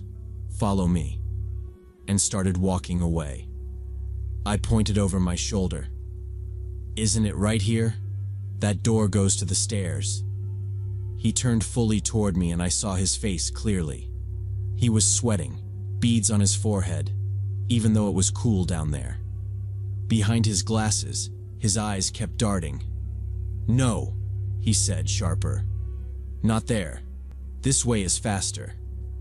He headed deeper into the basement, away from the stair door and the freight elevator, toward the area that was basically unlit. I didn't follow. He kept looking around as he walked, like he was checking where he was, and that made my stomach twist. If he belonged here, he wouldn't look lost.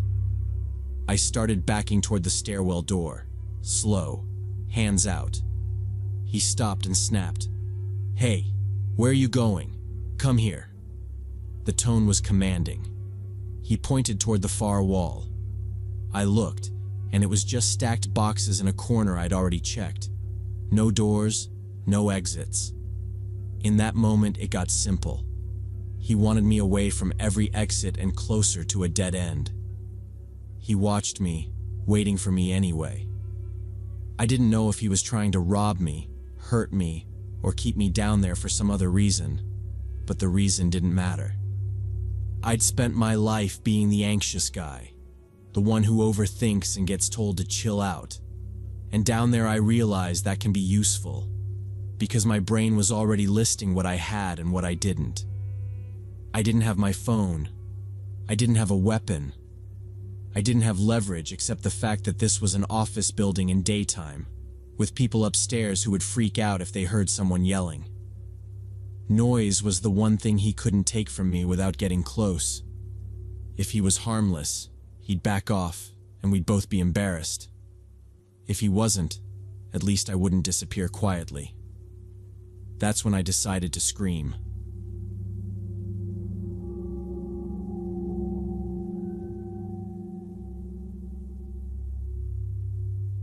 When I was 28, my brother-in-law Marcus died in a construction accident. It was May 2012, he was 32, just got promoted to foreman, and his whole future looked bright. The scaffolding collapsed during installation because the contractor cut corners on safety, and Marcus fell 3 stories. James got the call while I was at work, and he just said, "It's Marcus." Like that explained everything. By the time I met him at the hospital, his hands wouldn't stop shaking. A nurse kept asking for our names, and I answered wrong, because my brain was stuck on the word fall. Marcus was funny and kind, the guy who'd show up with tools and snacks and act like he was doing you a favor by helping. He taught me how to shut off the water main the first week I moved in with James. At the funeral, the casket stayed closed because of the injuries, and that detail still makes me angry. People lined up to hug us and say they were sorry, but it felt like all of it was happening to a stranger. James stared at the floor and didn't talk. I waited for a joke that never came. A month later, we moved into a new townhouse in the suburbs we'd already been shopping for. We'd signed papers before the accident, so backing out meant losing money, and James insisted we needed something new. Marcus had actually helped us pick the neighborhood. He'd driven around with James, pointing at roofs, sidewalks, drainage, all the stuff I never noticed. He told us what renovations to do first and what could wait.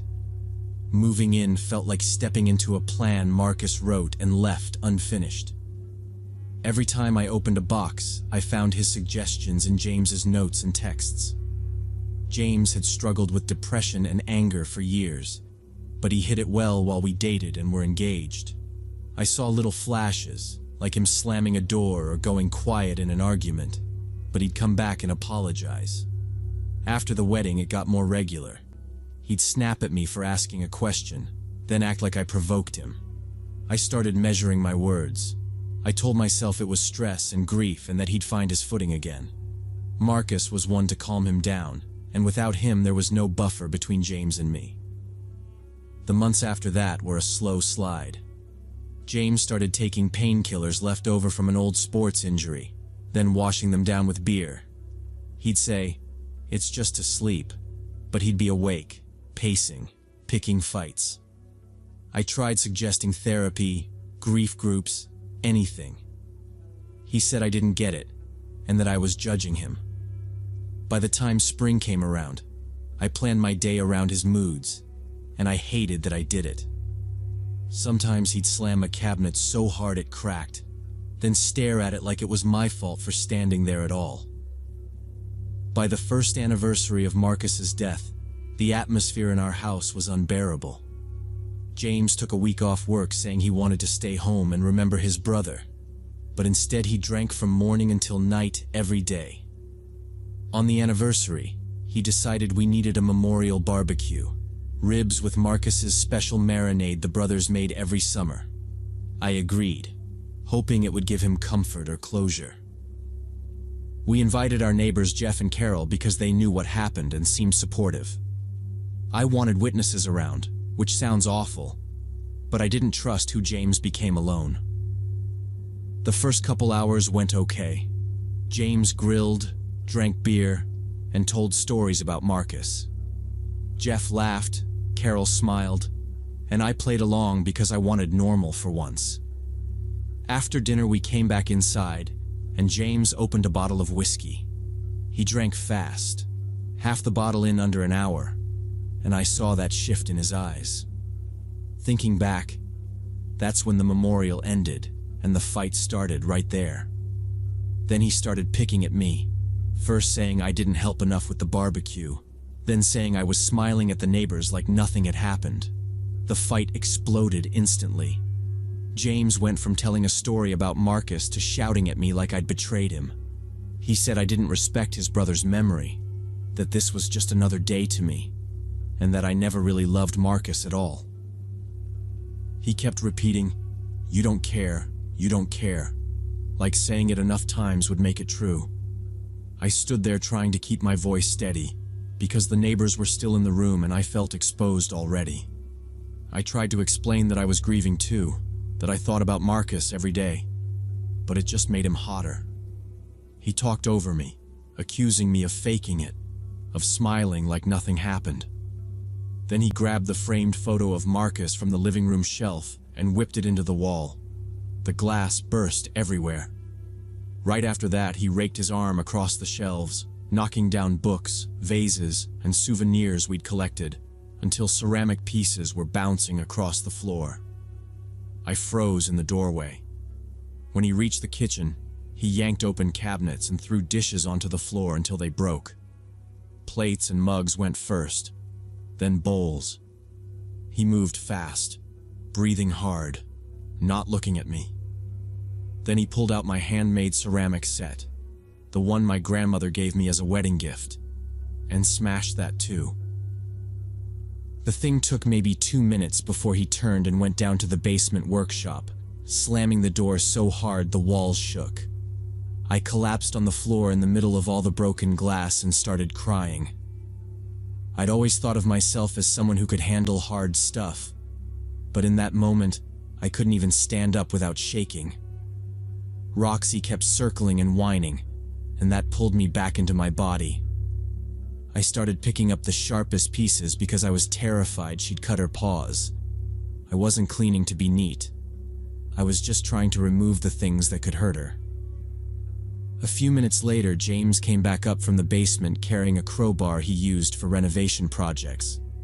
He stepped through the debris like it was nothing and walked right past me. He went straight into the bedroom, and for a second I thought he was putting it away and going to sleep. Then I heard crashing and breaking. He was destroying furniture, slamming the crowbar into the mirror, then the nightstands, like he needed every object to pay for what he felt inside. Carol heard the noise and knocked. When she saw the mess and me on the floor, she came in. James came out of the bedroom with the crowbar and screamed at her to get out, that it wasn't her business. Carol stayed calm and told him she just didn't want anyone hurt. She offered to let me stay at their place overnight, said since James made the mess he could clean it. I refused because I wouldn't leave my house and Roxy at his mercy.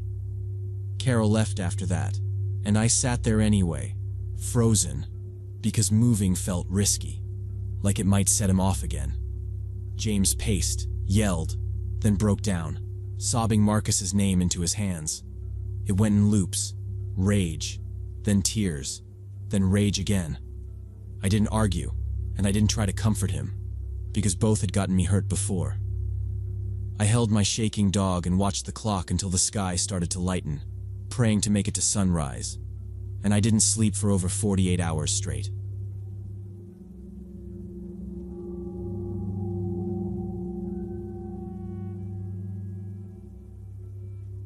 I've been working as senior manager at a 24-hour fitness club in Arizona for about 3 years now. That morning I came in at 6 for my usual shift, and Kevin, our trainer coordinator, walked up to me with the darkest expression I'd ever seen on his face. Kevin is usually the guy asking me if we can approve overtime, so when he looked like he'd just gotten bad news, I stopped what I was doing. He said, "Do you know who was working the front desk the night before?" I told him I wasn't sure, but I could check the schedule and pull up camera footage. I asked what this was about. He took a breath and said 4 of his trainers got attacked in the parking lot around 5 in the morning. Not a shove, not a yelling match. He said they were hunted out there.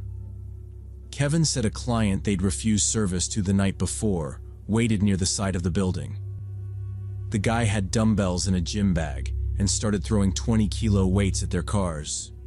2 windshields shattered. One trainer told Kevin he heard the glass pop like a gunshot. They ran to the doors, banging and yelling for help, but nobody answered. Kevin kept repeating that part, like it was the worst piece to swallow. I told him I'd figure out what happened immediately and write a full incident report. I also told him I'd get the footage saved before it rolled over, because our system only keeps so much. I didn't have the luxury of freaking out in front of him. I had to do manager stuff, even though my hands were already tight into fists. I checked the overnight schedule and saw it was Jason at the desk. Jason was the one employee who always tested limits. Late arrivals, long breaks, ignoring door protocols, the whole deal. I'd written him up before, and he always acted like the rules were personal. I pulled up the security footage and rewound to about an hour before the attack. The entry camera showed Jason sitting behind the registration desk, scrolling on his phone. At 4:45, he stood up, looked around, and walked outside to smoke, leaving the desk completely empty. Night shift staff can't do that. If someone needs help, that desk is the only line between them and whatever is happening. I switched to the parking lot camera, because I already knew the rest would be worse. 4 trainers came out together after finishing the closing cleanup. A big guy in a tracksuit stepped from around the corner and started yelling like he owned the place. One trainer tried to explain, waving his hands in that calm-down way people do when they're trying not to set someone off. The attacker reached into his bag, pulled out a dumbbell, and launched it straight at the nearest car. It went through the windshield and the glass exploded across the seats. The trainers ran to our front doors, pounding and screaming, but Jason wasn't there. He was on the other side of the building with headphones on, smoking, and you could tell he couldn't hear a thing. The attacker grabbed another weight and smashed a second windshield. One of the guys shouted something to the others, like, "Forget it, just run," because they all sprinted to their cars. They peeled out fast while the psycho kept screaming and waving the dumbbell at them. A few minutes later, Jason wandered back from his smoke break, totally clueless. I sat there staring at the screen, realizing a door means nothing if nobody is listening inside. Watching that made me feel sick and furious at the same time.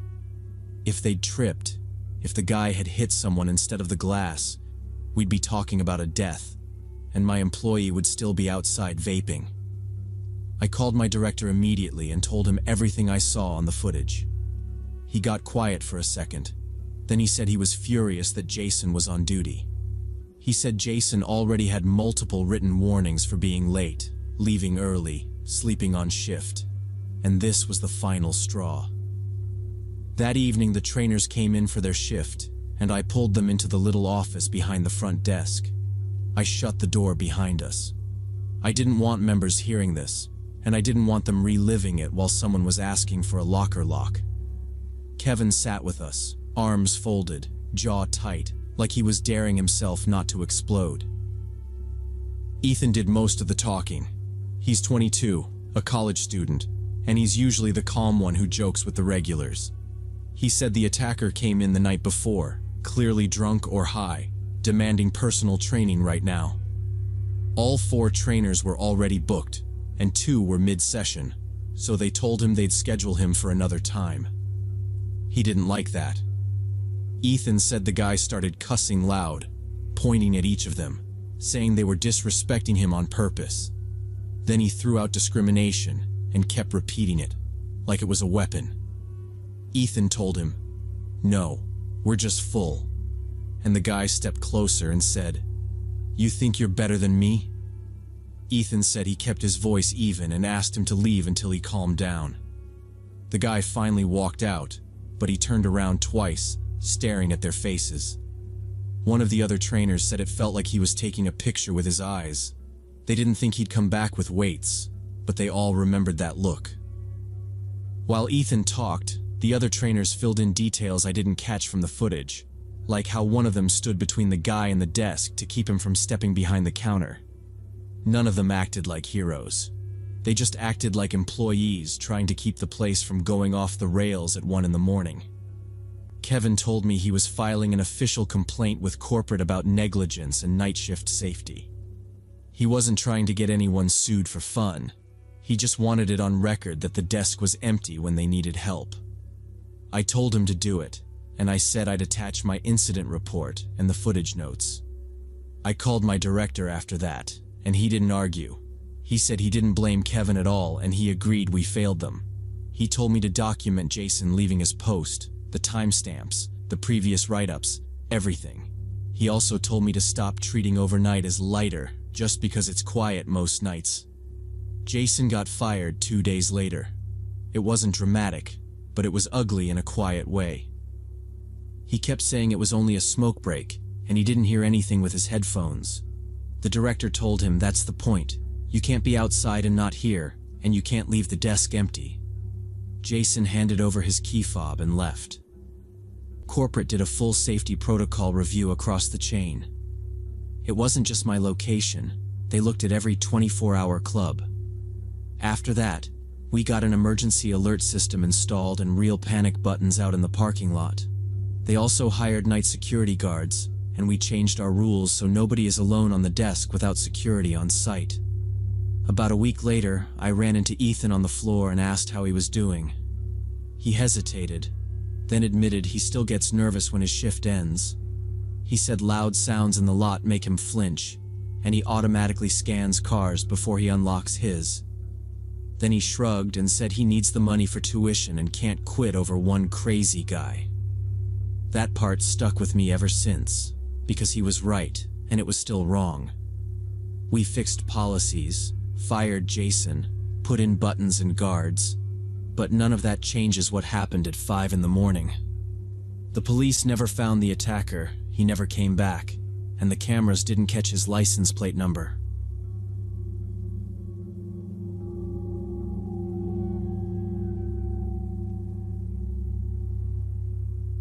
Last fall, when my second cousin Gerald died of a heart attack at 78, I barely remembered him.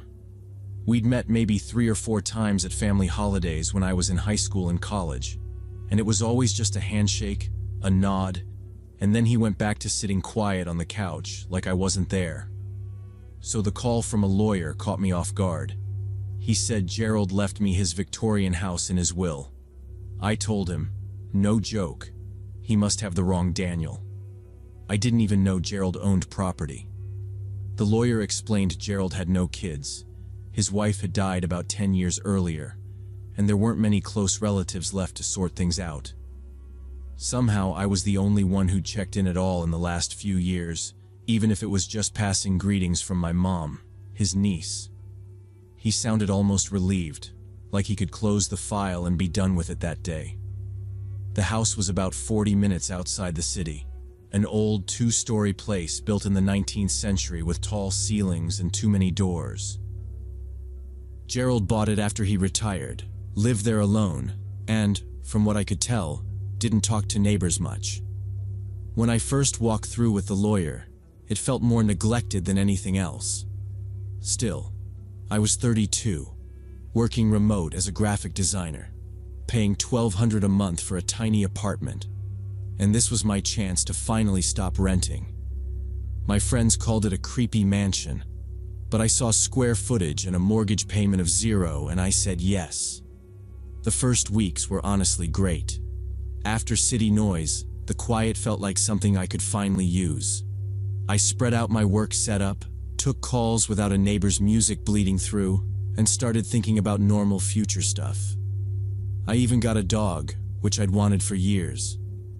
I adopted Max from a shelter, a 3-year-old golden retriever with a friendly, steady temperament who followed me everywhere. He'd drop a toy at my feet during meetings, then sigh like he was the one paying for this house all along.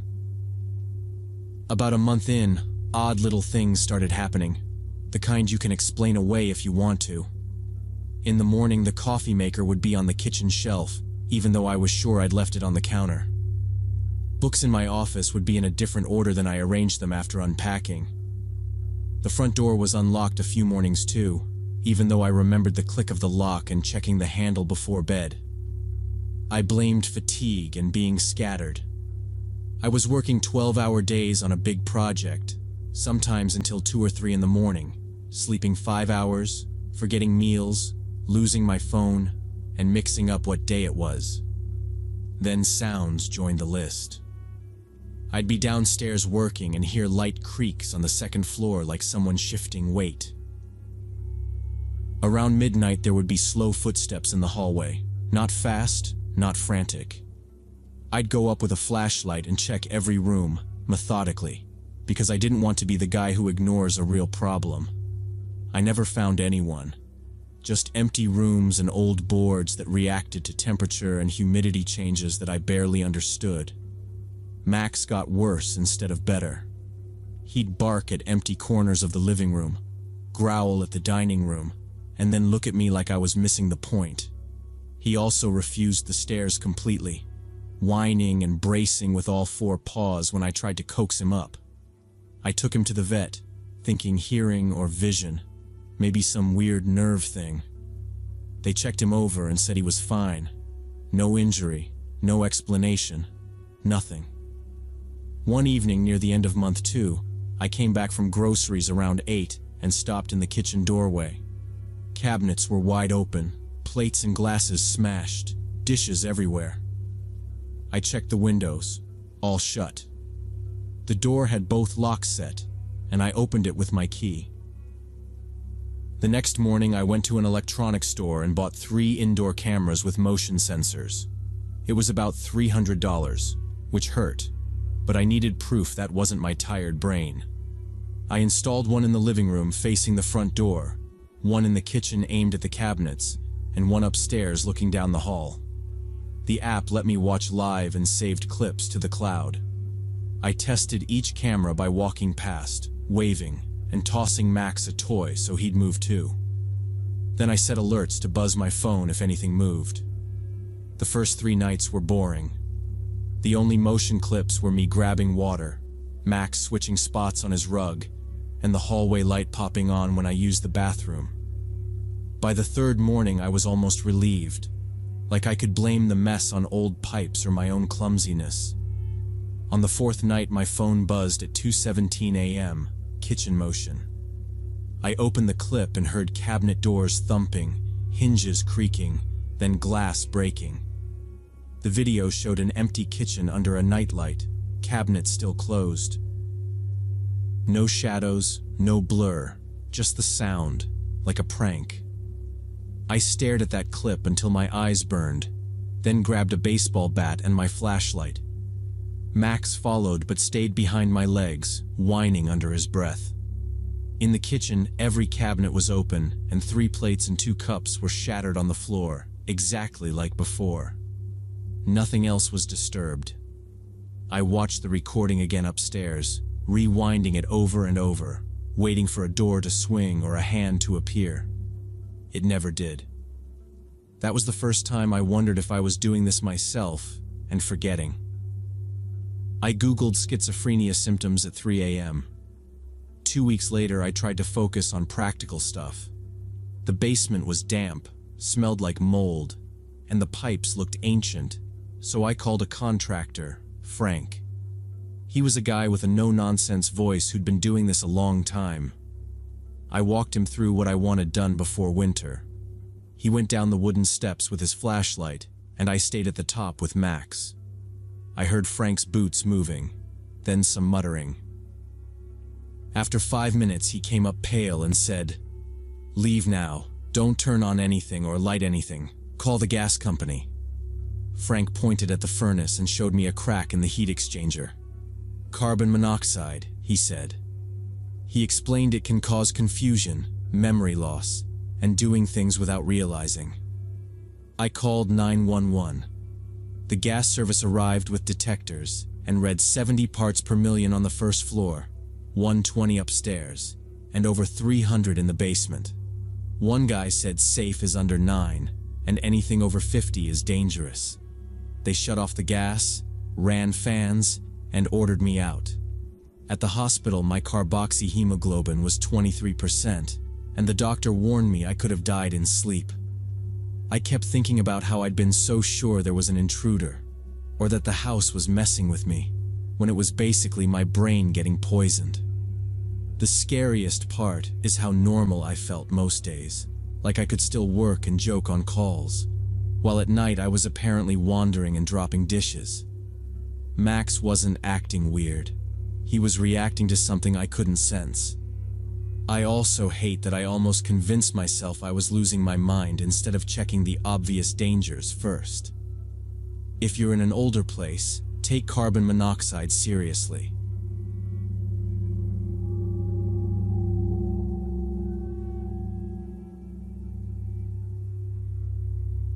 Back in October 2016, about a week after my 24th birthday, I was renting this small second-floor apartment in an old brick building downtown. I'm a programmer, was working for a local IT company, and I didn't buy into theories about neighbors spying through windows or listening through walls. That always sounded like paranoid nonsense. The building was from the 50s, 8 units total, with floors that creaked and windows that rattled in the wind. It was cheap and close to work. I'm also routine-driven. Same hook for my keys, same spot for my wallet, and I notice when stuff isn't where it should be. So when weird things started happening, I assumed it was me. At first, it was small. I'd go to leave and my car keys wouldn't be on the hook by the door. They'd be on the kitchen table instead.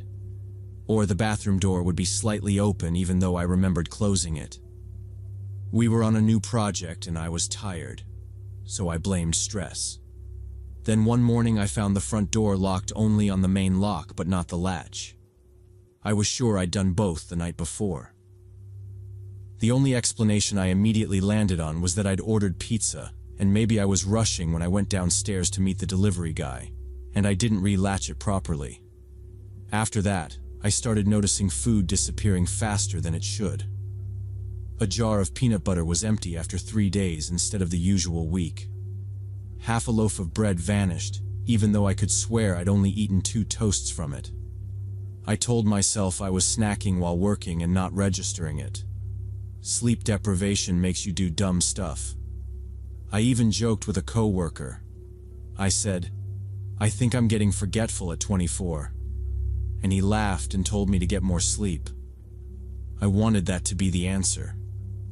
Then I got home from work and found my toothbrush wasn't in the cup on the shelf above the sink. It was lying sideways on the edge of the sink. And it was damp, like somebody had just used it. I'd brushed my teeth that morning, over 10 hours earlier, and I hadn't been home since. I just stood there staring at it, trying to force a normal explanation. That was when the "maybe I'm just tired" story fell apart. Someone had been in my apartment. Someone had used my things. I checked the windows, all locked. I checked the front door. The lock looked intact. No scratches, no bent frame, nothing obvious. That didn't help.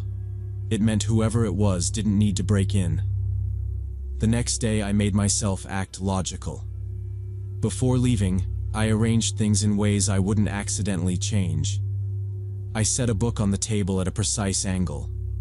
I pushed a chair away from the table to a specific distance. I took photos on my phone so I couldn't argue with myself later.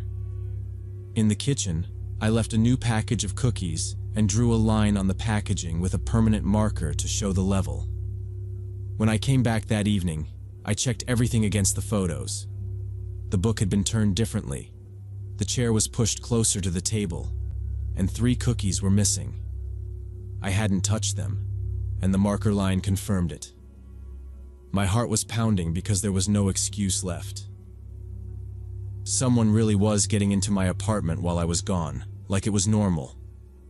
I immediately ordered a hidden security camera from Amazon, but the delivery kept getting delayed.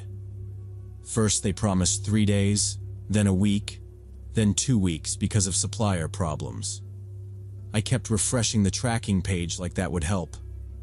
Every night I'd walk in and look at the table first, like it was a test I didn't want. I didn't tell friends because it sounded insane, and I didn't want to accuse anyone without proof. So I went to work, came back, and checked the room like an audit, and all this time I lived knowing someone was entering my apartment. When the camera finally arrived, I put it on a shelf in the living room aimed at the front door and the edge of the kitchen. I turned on motion recording, checked that it worked, and left for work the next morning with this feeling in my chest. That evening I pulled up the footage on my laptop. About 90 minutes after I left, the door opened with a key. An older woman walked in wearing a robe and slippers. I recognized her immediately. Mrs. Olson from the 3rd floor, the quiet neighbor I'd exchanged hellos with for months. She didn't act like she was sneaking around.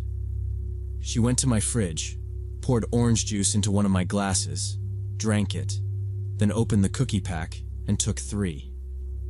She sat on my couch and flipped through a magazine from my table for a few minutes, put it back slightly off, then walked toward the bathroom area that was out of frame.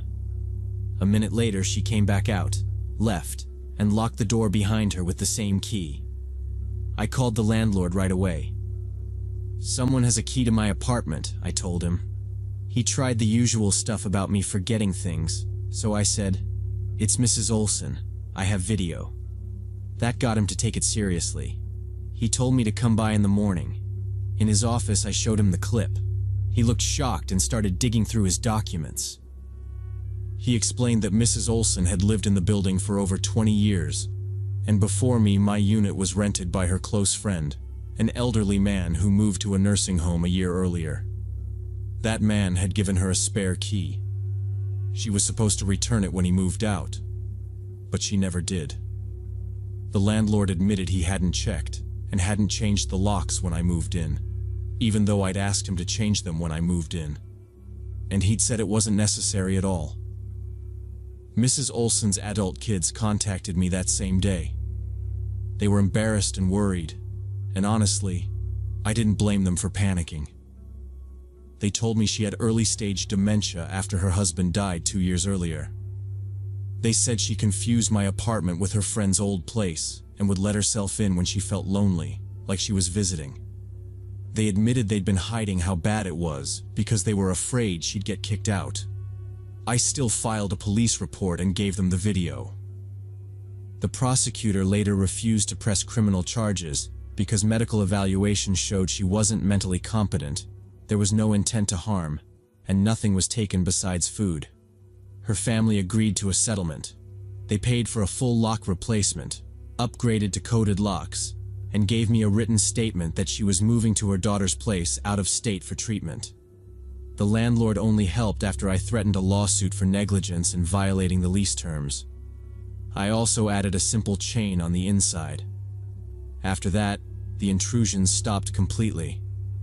Even years later, even after moving, I check my locks 3 times before bed and before leaving. If I travel, I take quick photos of the room without thinking about it, like I'm making my own receipts. I keep a camera running in my living room now, not because I think Mrs. Olson is coming back, but because I can't forget how long someone was walking into my home while I was at work.